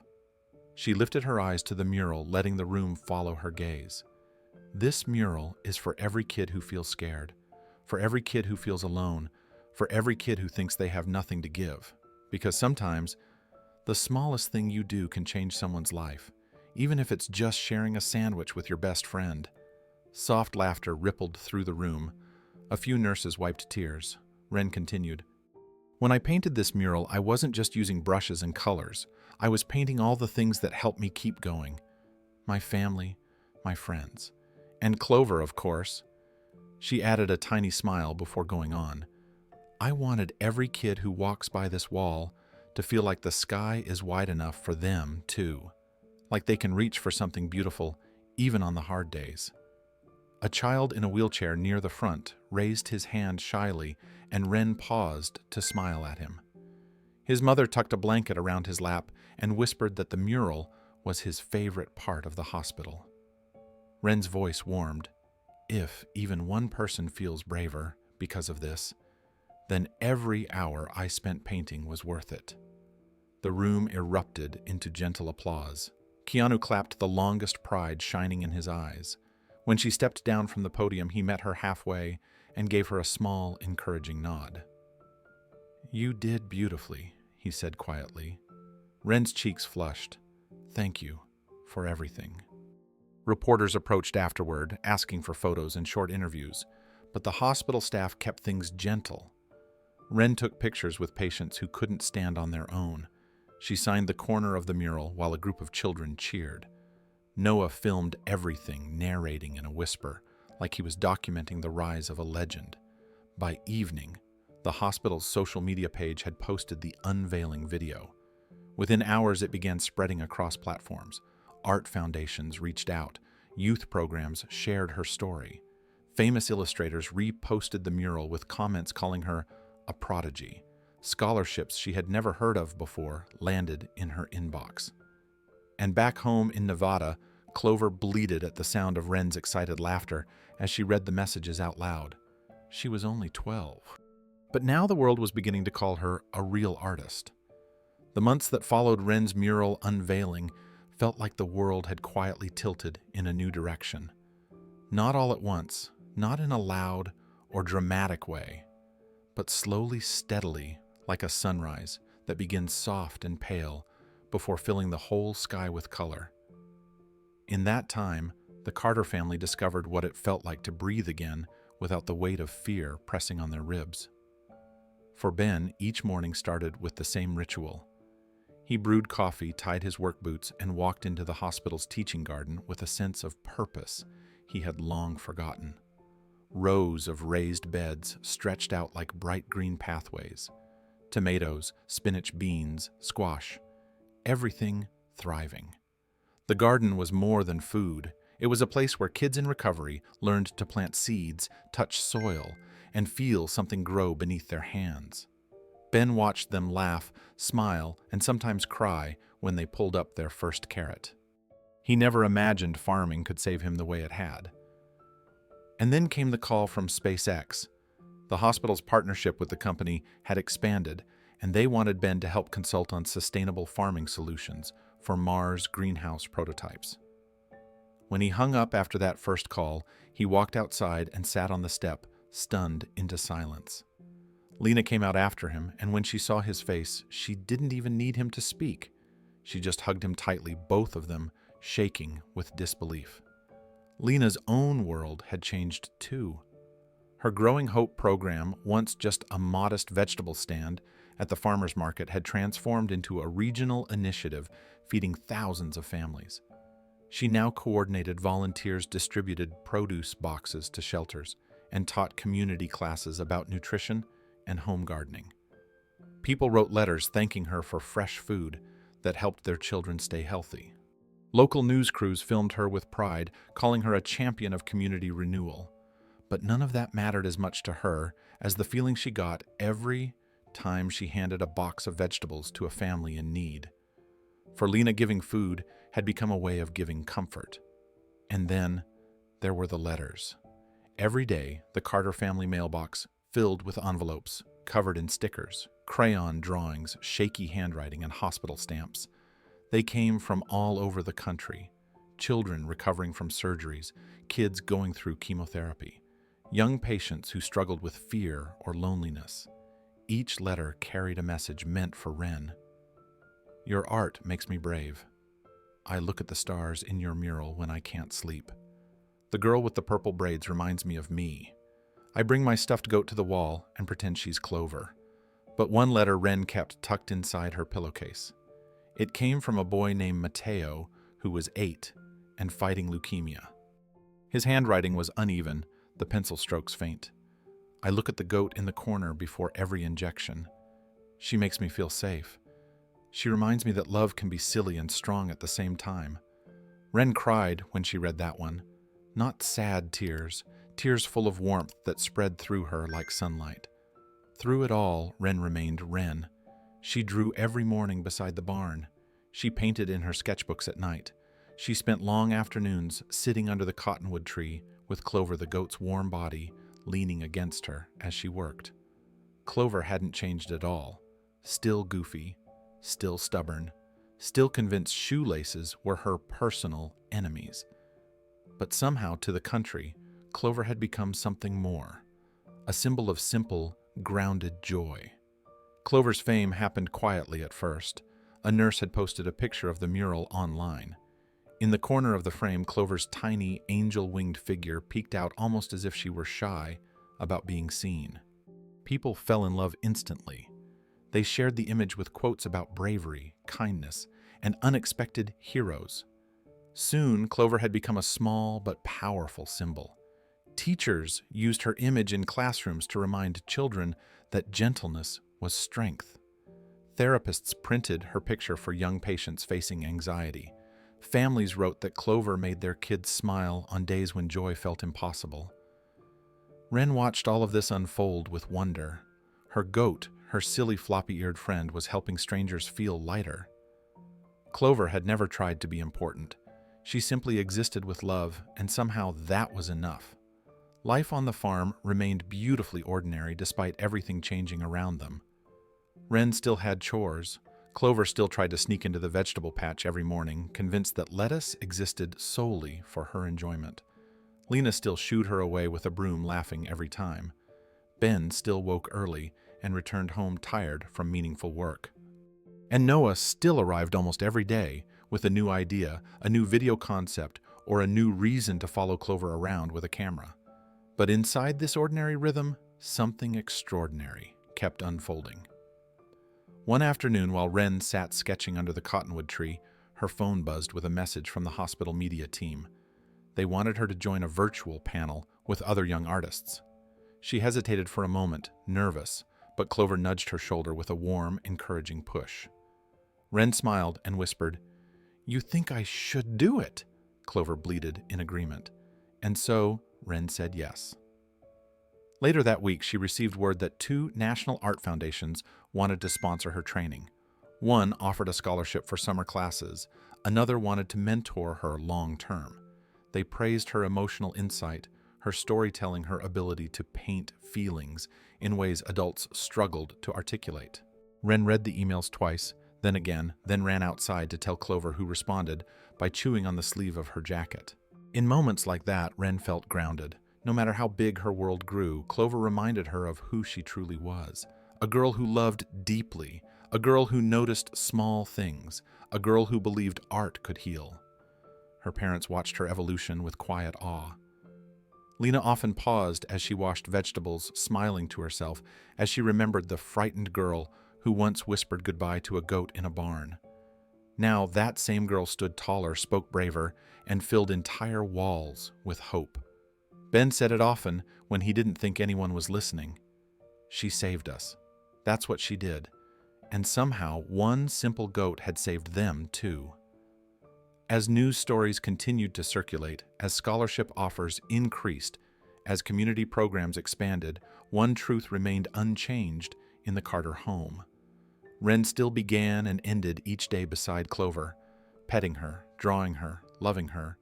A girl and her goat shaping the world together in the quietest, strongest way possible. The morning sun rose gently over the Carter farm, casting a warm gold glow across the fields. It looked almost identical to the morning 1 year earlier, but everything in Wren's life had changed. She had turned 12 last month. Her mural was now famous across the country. Her art classes at the Nevada School of the Arts were challenging but exciting. Her mother's Growing Hope program had reached thousands of families. Her father's work with sustainable Martian farming had earned national attention. Yet, through all of it, Wren still woke up early each morning to feed Clover, brush her coat, and whisper stories into her floppy ear as if the goat were her anchor in the middle of all the change. Today felt different, though. The air felt charged. Wren sensed something coming, but she could not imagine what it might be. After breakfast, she noticed her parents glancing out the window repeatedly. They kept asking if she had brushed her hair or if she wanted to wear her nicer jacket. Even Noah, who arrived just before noon, acted strangely. He kept checking his phone and pacing near the driveway. Wren asked what was happening, but no one gave her a straight answer. They only smiled mysteriously. Around 2 in the afternoon, the sound of a car traveling up the long dirt road broke the quiet. Wren stepped outside and felt her breath catch. A familiar black SUV rolled to a stop, dust swirling around the tires. The door opened and Keanu Reeves stepped out wearing jeans, boots, and that same gentle smile he wore the day he entered her life. But he was not alone. Behind him, a caravan of cars pulled in. Minivans, small sedans, even a tiny old pickup that looked like it had seen better days. Doors opened and families spilled out, mothers, fathers, children of all ages. Wren blinked confused until she recognized faces she'd only ever seen on screens or in handwritten letters from Project Heartline. The boy from Michigan who built robots from scrap metal. The girl from Texas who wrote poetry to cope with her mother's illness. A shy teenager from Florida who built an app to help older adults manage medications. A girl named Zara from Ohio who once told Wren she wanted to fix the world starting with water systems. And many more. At least 20 families stood in her yard, smiling as if they'd been waiting months for this moment. Wren stepped forward slowly, her heart thudding with confusion and hope. Keanu approached her with a warm expression. "Happy anniversary, Wren." "Anniversary," she repeated silently, then realized what he meant. 1 year since the day she almost gave up Clover. 1 year since her life expanded beyond anything she imagined. Before she could speak, a girl around her age stepped forward. She had curly dark hair and bright eyes full of emotion. "Hi," she said quietly. "I'm Rachel. Project Heartline helped me after my dad lost his job. They gave me a chance to go to a science camp. And I just wanted to say, you changed my life." Wren swallowed hard, overwhelmed. "Me?" Rachel nodded. "You shared your sandwich. You didn't know anyone was watching. But we all felt it. That kindness. It gave people hope. And now I have a future because of you." Wren felt the weight of her words like sunlight, gentle and warm, but impossibly powerful. She opened her mouth to respond, but emotion tightened her throat. Before Wren could gather her voice more, children stepped forward, each carrying something small in their hands. A drawing, a bracelet, a folded letter, a tiny robot made from soda cans. They formed a gentle semicircle around her, smiling, with the kind of gratitude that came from deep inside, the kind that changed people forever.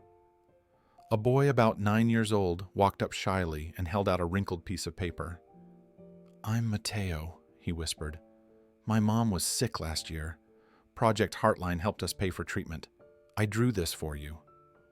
Wren unfolded the page carefully. On it was a small goat with wings surrounded by stars. The drawing was simple, uneven, childlike. It looked a lot like her own first drawing of Clover. Wren's heart trembled. Behind her, Clover bleated loudly, as if demanding attention at the perfect moment. The children laughed. Mateo laughed too, his eyes glowing with relief and joy. Wren felt tears spill over, not from sadness, but from the overwhelming understanding that her small act had rippled outward in ways she could never have predicted. Keanu stepped closer, placing a gentle hand on Wren's shoulder. "This," he said softly, gesturing to the families filling their yard, "is why I came back today. One moment of kindness multiplied into hundreds. Soon, it will be thousands." Wren looked up at him, still clutching Mateo's drawing. "I didn't mean to change anything," she murmured. "I was just sharing what I had." That, Keanu said with a warm smile, is what leadership looks like. It starts small, quiet, almost invisible. But real leadership doesn't need an audience. It needs heart. You showed that. The families behind him nodded. Some wiped their eyes, some hugged one another. The air felt full alive, carrying a weight of gratitude that lifted rather than pressed. Keanu straightened slightly, his voice carrying across the yard. "Today, I want to share something important. Project Heartline is expanding. Not just to one town or one state. Not just to a few hundred families." He paused, letting the moment settle. "We are launching a nationwide initiative to support 10,000 families over the next 5 years. Gasps echoed around the yard. Lena covered her mouth. Ben exhaled sharply. Noah almost dropped the cookies he was holding. Keanu continued, "And every single person here deserves to know why. It started with Wren. Her kindness lit the spark that told me people still cared. That small acts still mattered. That hope could grow again." Wren felt Clover nudge her back gently, grounding her as the world spun with possibility. A girl who once believed her life was too small to matter now stood at the center of a movement built on her kindness. And she finally understood the truth. Her moment under that cottonwood tree wasn't just love. It was leadership. The sun dipped low behind the Nevada hills, brushing the sky with soft ribbons of gold and lavender. After the celebration, after the families drove off, and Keanu gave one last wave from his car window, quiet settled over the Carter farm. The kind of quiet that felt gentle instead of empty. The kind of quiet Wren loved. She carried her journal under her arm and walked toward the cottonwood tree. Clover trailed behind her hooves, scuffing the dusty ground, her floppy ear bouncing with every step.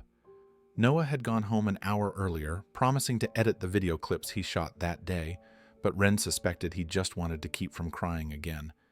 He had pretended he got dust in his eye, even though everyone knew it wasn't dust at all. Wren sat down beneath the cottonwood tree, feeling the familiar rough bark press against her back. This was the same spot where she once cried into Clover's fur, thinking she would lose her best friend forever. Now it was the place where she came to breathe, to think, to let everything settle inside her. Clover plopped down beside her with a soft grunt, nudging Wren's knee, as if to say she was ready to listen. Wren opened her journal. It had become one of her most treasured possessions, not because the pages were neat or because her handwriting looked elegant. In fact, the pages were messy, full of sketches and scribbles and thoughts she wrote down before she could lose them. What made the journal precious was that it held moments. Moments she didn't want the world to change or erase. She clicked her pen and started writing. "It's been 1 year since the hardest day of my life," she wrote slowly. "But maybe the hardest days become the most important ones." She paused, letting the truth settle inside her. Clover shifted, resting her head on Wren's leg. The feeling made Wren smile. "When I shared my sandwich with Clover," she continued, "I didn't think anyone was watching. I didn't think it mattered. I just did what felt right." She looked up at the sky where early stars were beginning to appear. Maybe that's the secret she wrote. Be kind when no one's watching, because someone always is. The words felt warm as she wrote them, true in a way that wrapped around her heart gently. She thought back to Keanu's expression when he told her how much that moment meant to him. She thought of the families who had visited today, each with stories shaped by Project Heartline. She thought of the boy who drew Clover with wings, the girl who said she now had a future because of a sandwich shared on a dusty road. She set her pen down and breathed in the crisp evening air. Even now, after everything, she felt like the same girl she had always been. A girl who loved drawing, a girl who got nervous speaking in front of crowds, a girl who adored a goofy goat who knocked over water buckets and tried to eat shoelaces. And somehow, that was enough to change lives. Clover let out a small bleat as if agreeing. Wren closed her journal for a moment and let her fingers rest on the worn cover. She felt a twinge of disbelief. 1 year ago, she would have never imagined being at the center of something so big. She would have never imagined children across the country drawing Clover with wings, or parents thanking her for giving their kids courage. She would have never imagined Keanu Reeves visiting her farm twice or smiling as he told her she inspired him to keep going.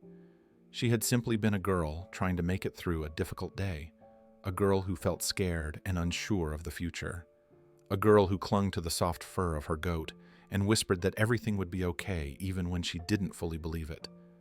Clover shifted beside her, chewing contentedly on a piece of hay she must have snagged earlier. Wren stroked her back gently. "You're still just you," she whispered, "and I'm still just me."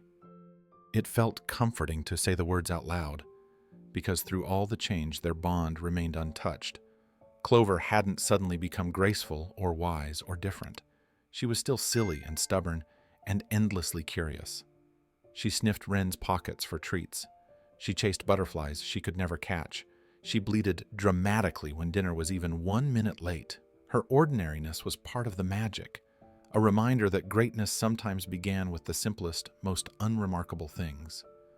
Wren leaned her head against Clover's side and breathed in the familiar, grassy scent. Everything changed, she wrote in her journal again, but only because the love stayed the same. The sky deepened as the sun dipped lower, turning the clouds pink and orange. Fireflies began to glow along the edge of the field.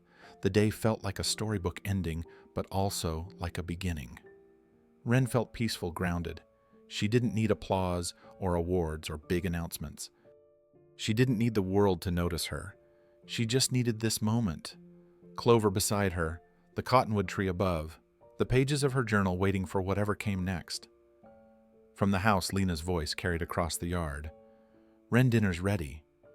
Wren looked toward the farmhouse, glowing warmly with porch lights, and the sound of pots clinking inside. The smell of roasted vegetables drifted through the air.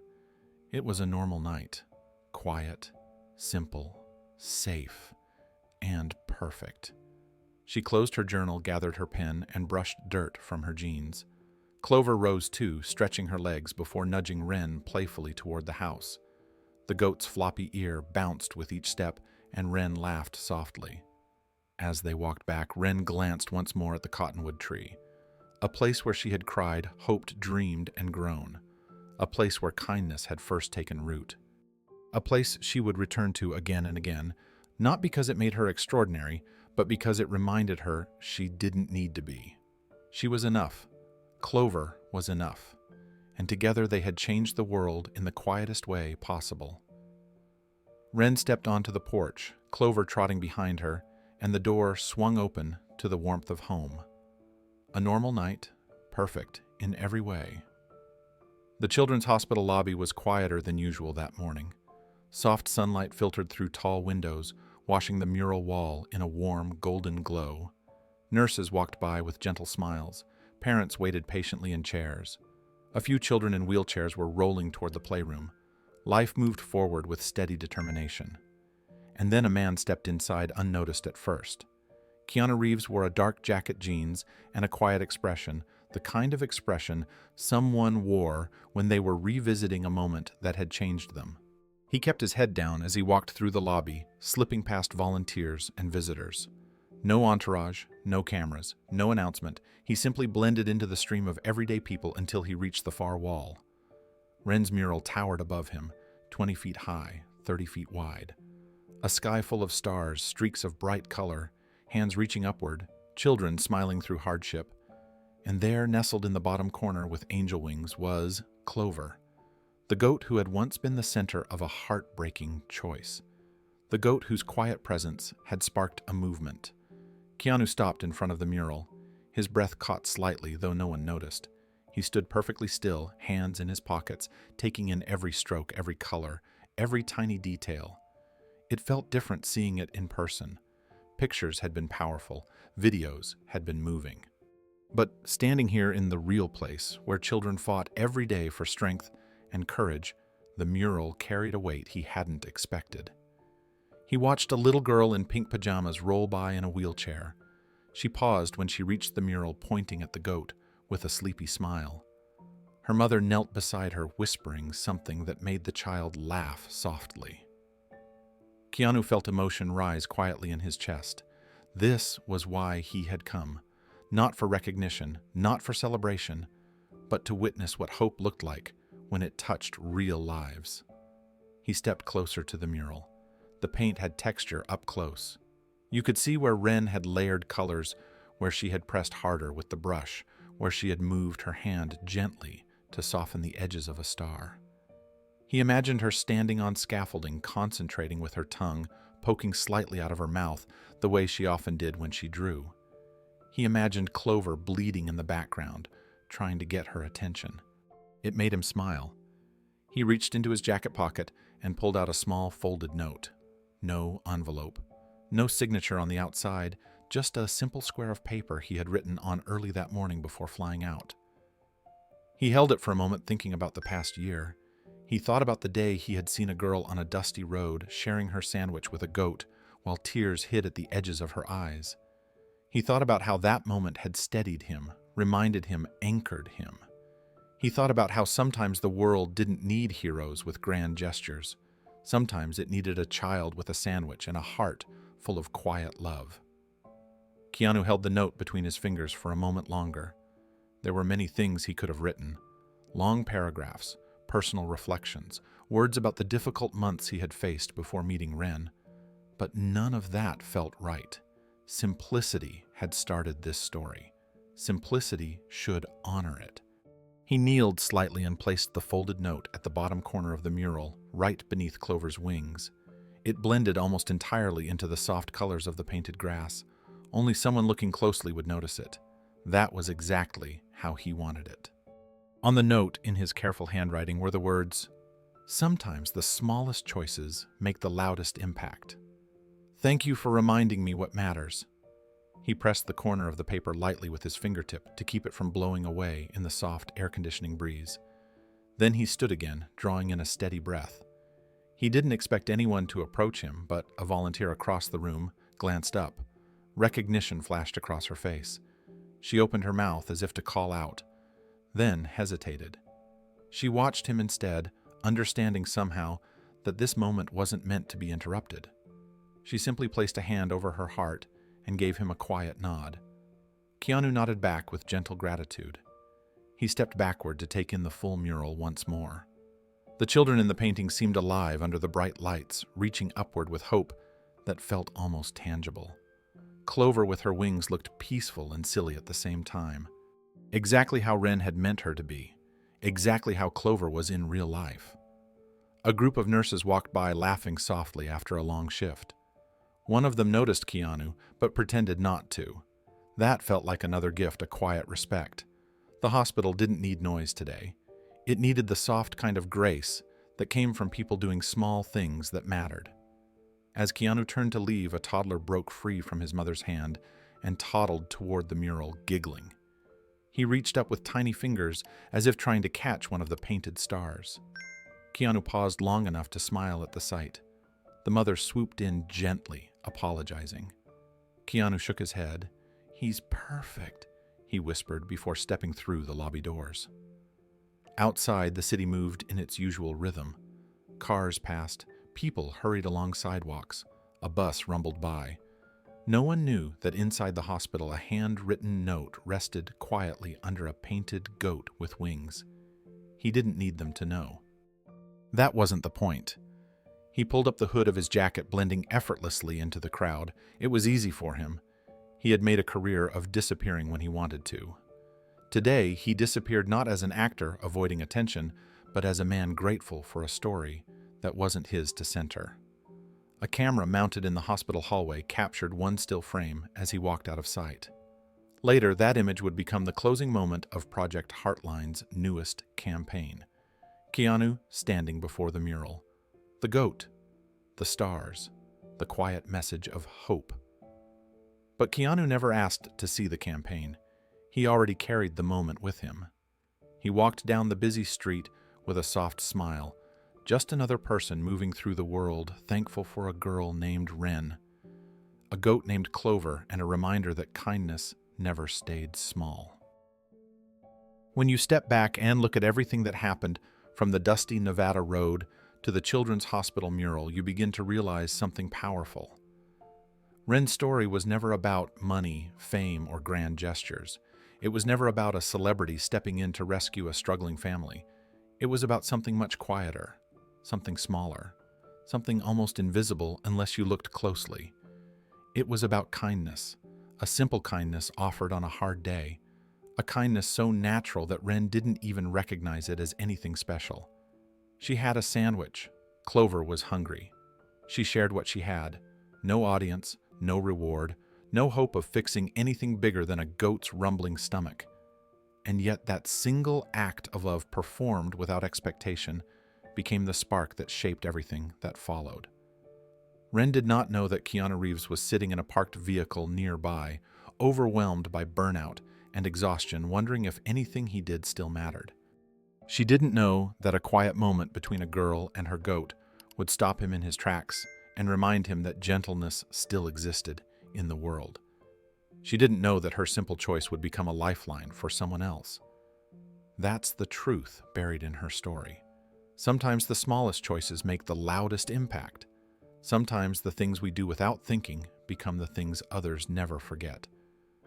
When Wren cried in the barn, believing she had to give up Clover to save her family, she didn't think she was strong. But strength isn't always loud. Sometimes strength is choosing love over comfort. Sometimes strength is giving even when it hurts. Sometimes strength is showing up with kindness when the world has given you every reason to hide. Keanu didn't return because he needed a goat. He returned because he needed to see if the kindness he witnessed that day was real. He returned because he believed that people like Wren existed. People who still carried softness inside them. People who held on to love even when life was heavy. And when Wren chose her family over herself, she proved it. Not with speeches, not with promises, but with quiet courage. What grew from that moment was bigger than any of them imagined. A scholarship, a restored farm, a national project, a mural that gave sick children hope, a goat who became a symbol of simple, ordinary joy. A movement built on the belief that kindness is not weakness, but a powerful force, capable of changing lives in ways we may never see. And through it all, Wren remained exactly who she had always been. A girl who loved to draw. A girl who whispered secrets into Clover's fur. A girl who believed that everyone deserved a little comfort, even on the hardest days. She did not become extraordinary by changing. She became extraordinary by staying herself. What makes Wren's story so unforgettable is how ordinary it is. A girl, a goat, a sandwich. None of it looked remarkable. None of it looked like the beginning of a movement. And yet that is the point. Love rarely enters the world with fireworks. Kindness rarely arrives wearing a spotlight. Most of the time, the moments that matter most appear quiet and small, hidden inside everyday choices. Wren didn't become an artist because someone handed her talent.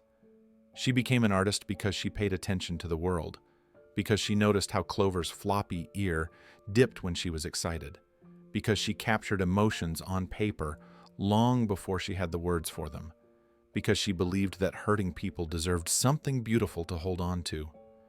Her art became a voice for children who felt scared, tired, or alone, and every line she painted carried the softness she once shared with a goat under the cottonwood tree. Clover didn't become famous because she tried to be. She became famous because she stayed exactly who she was, a little clumsy, a little greedy when food was involved, a little mischievous, but completely loyal, completely comforting, completely real. She reminded the nation that joy didn't have to be complicated. That hope could come from ordinary creatures living ordinary lives. And Keanu didn't become the hero of the story because he arrived with money. He became part of the story because he recognized something precious when he saw it. He didn't try to reshape Wren's life. He didn't try to make her someone else. He simply opened a door for her, a door she had already been walking toward without even knowing it. He didn't ask for credit. He didn't stay to be praised. He left quietly, trusting that the light he saw in her that first day would keep going without him. Wren's journey reminds us of something we often forget. You don't have to be powerful to make a difference. You don't have to be rich, famous, or gifted. You just have to care. You just have to love someone or something enough to act, even if the action is as small as breaking a sandwich in half. Her story shows us that kindness multiplies. It travels from person to person, from town to town, from mural to heart. It inspires strangers we may never meet. It reaches places we cannot imagine. One sandwich gave one girl comfort. That comfort inspired a tired man to hope again. That hope grew into a program that lifted hundreds of families, and those families will go on to lift thousands more. So maybe Wren was right when she wrote in her journal that kindness matters most when no one is watching. Because someone always is. Someone who needs a reminder. Someone who needs a little courage. Someone who needs to see that love is still alive in the world. Her story now belongs to anyone who needs it. Anyone who feels small. Anyone who wonders if their choices matter. They do. They always have. And now it's your turn. Where are you watching from? Tell us your city or country below. We love knowing how far these stories travel. And think back for a moment. Has anyone ever believed in you when you needed it most? Someone who gave you hope with a small gesture or a quiet word? Share your story in the comments. You never know who needs to hear it. And if this story touched your heart, pass it on. Share it with someone who could use a reminder that kindness is powerful. Kindness is healing. Kindness multiplies when we let it move through us, just like Wren, just like Clover, just like the moment that changed everything. The world changes in small ways first. Let's keep it going.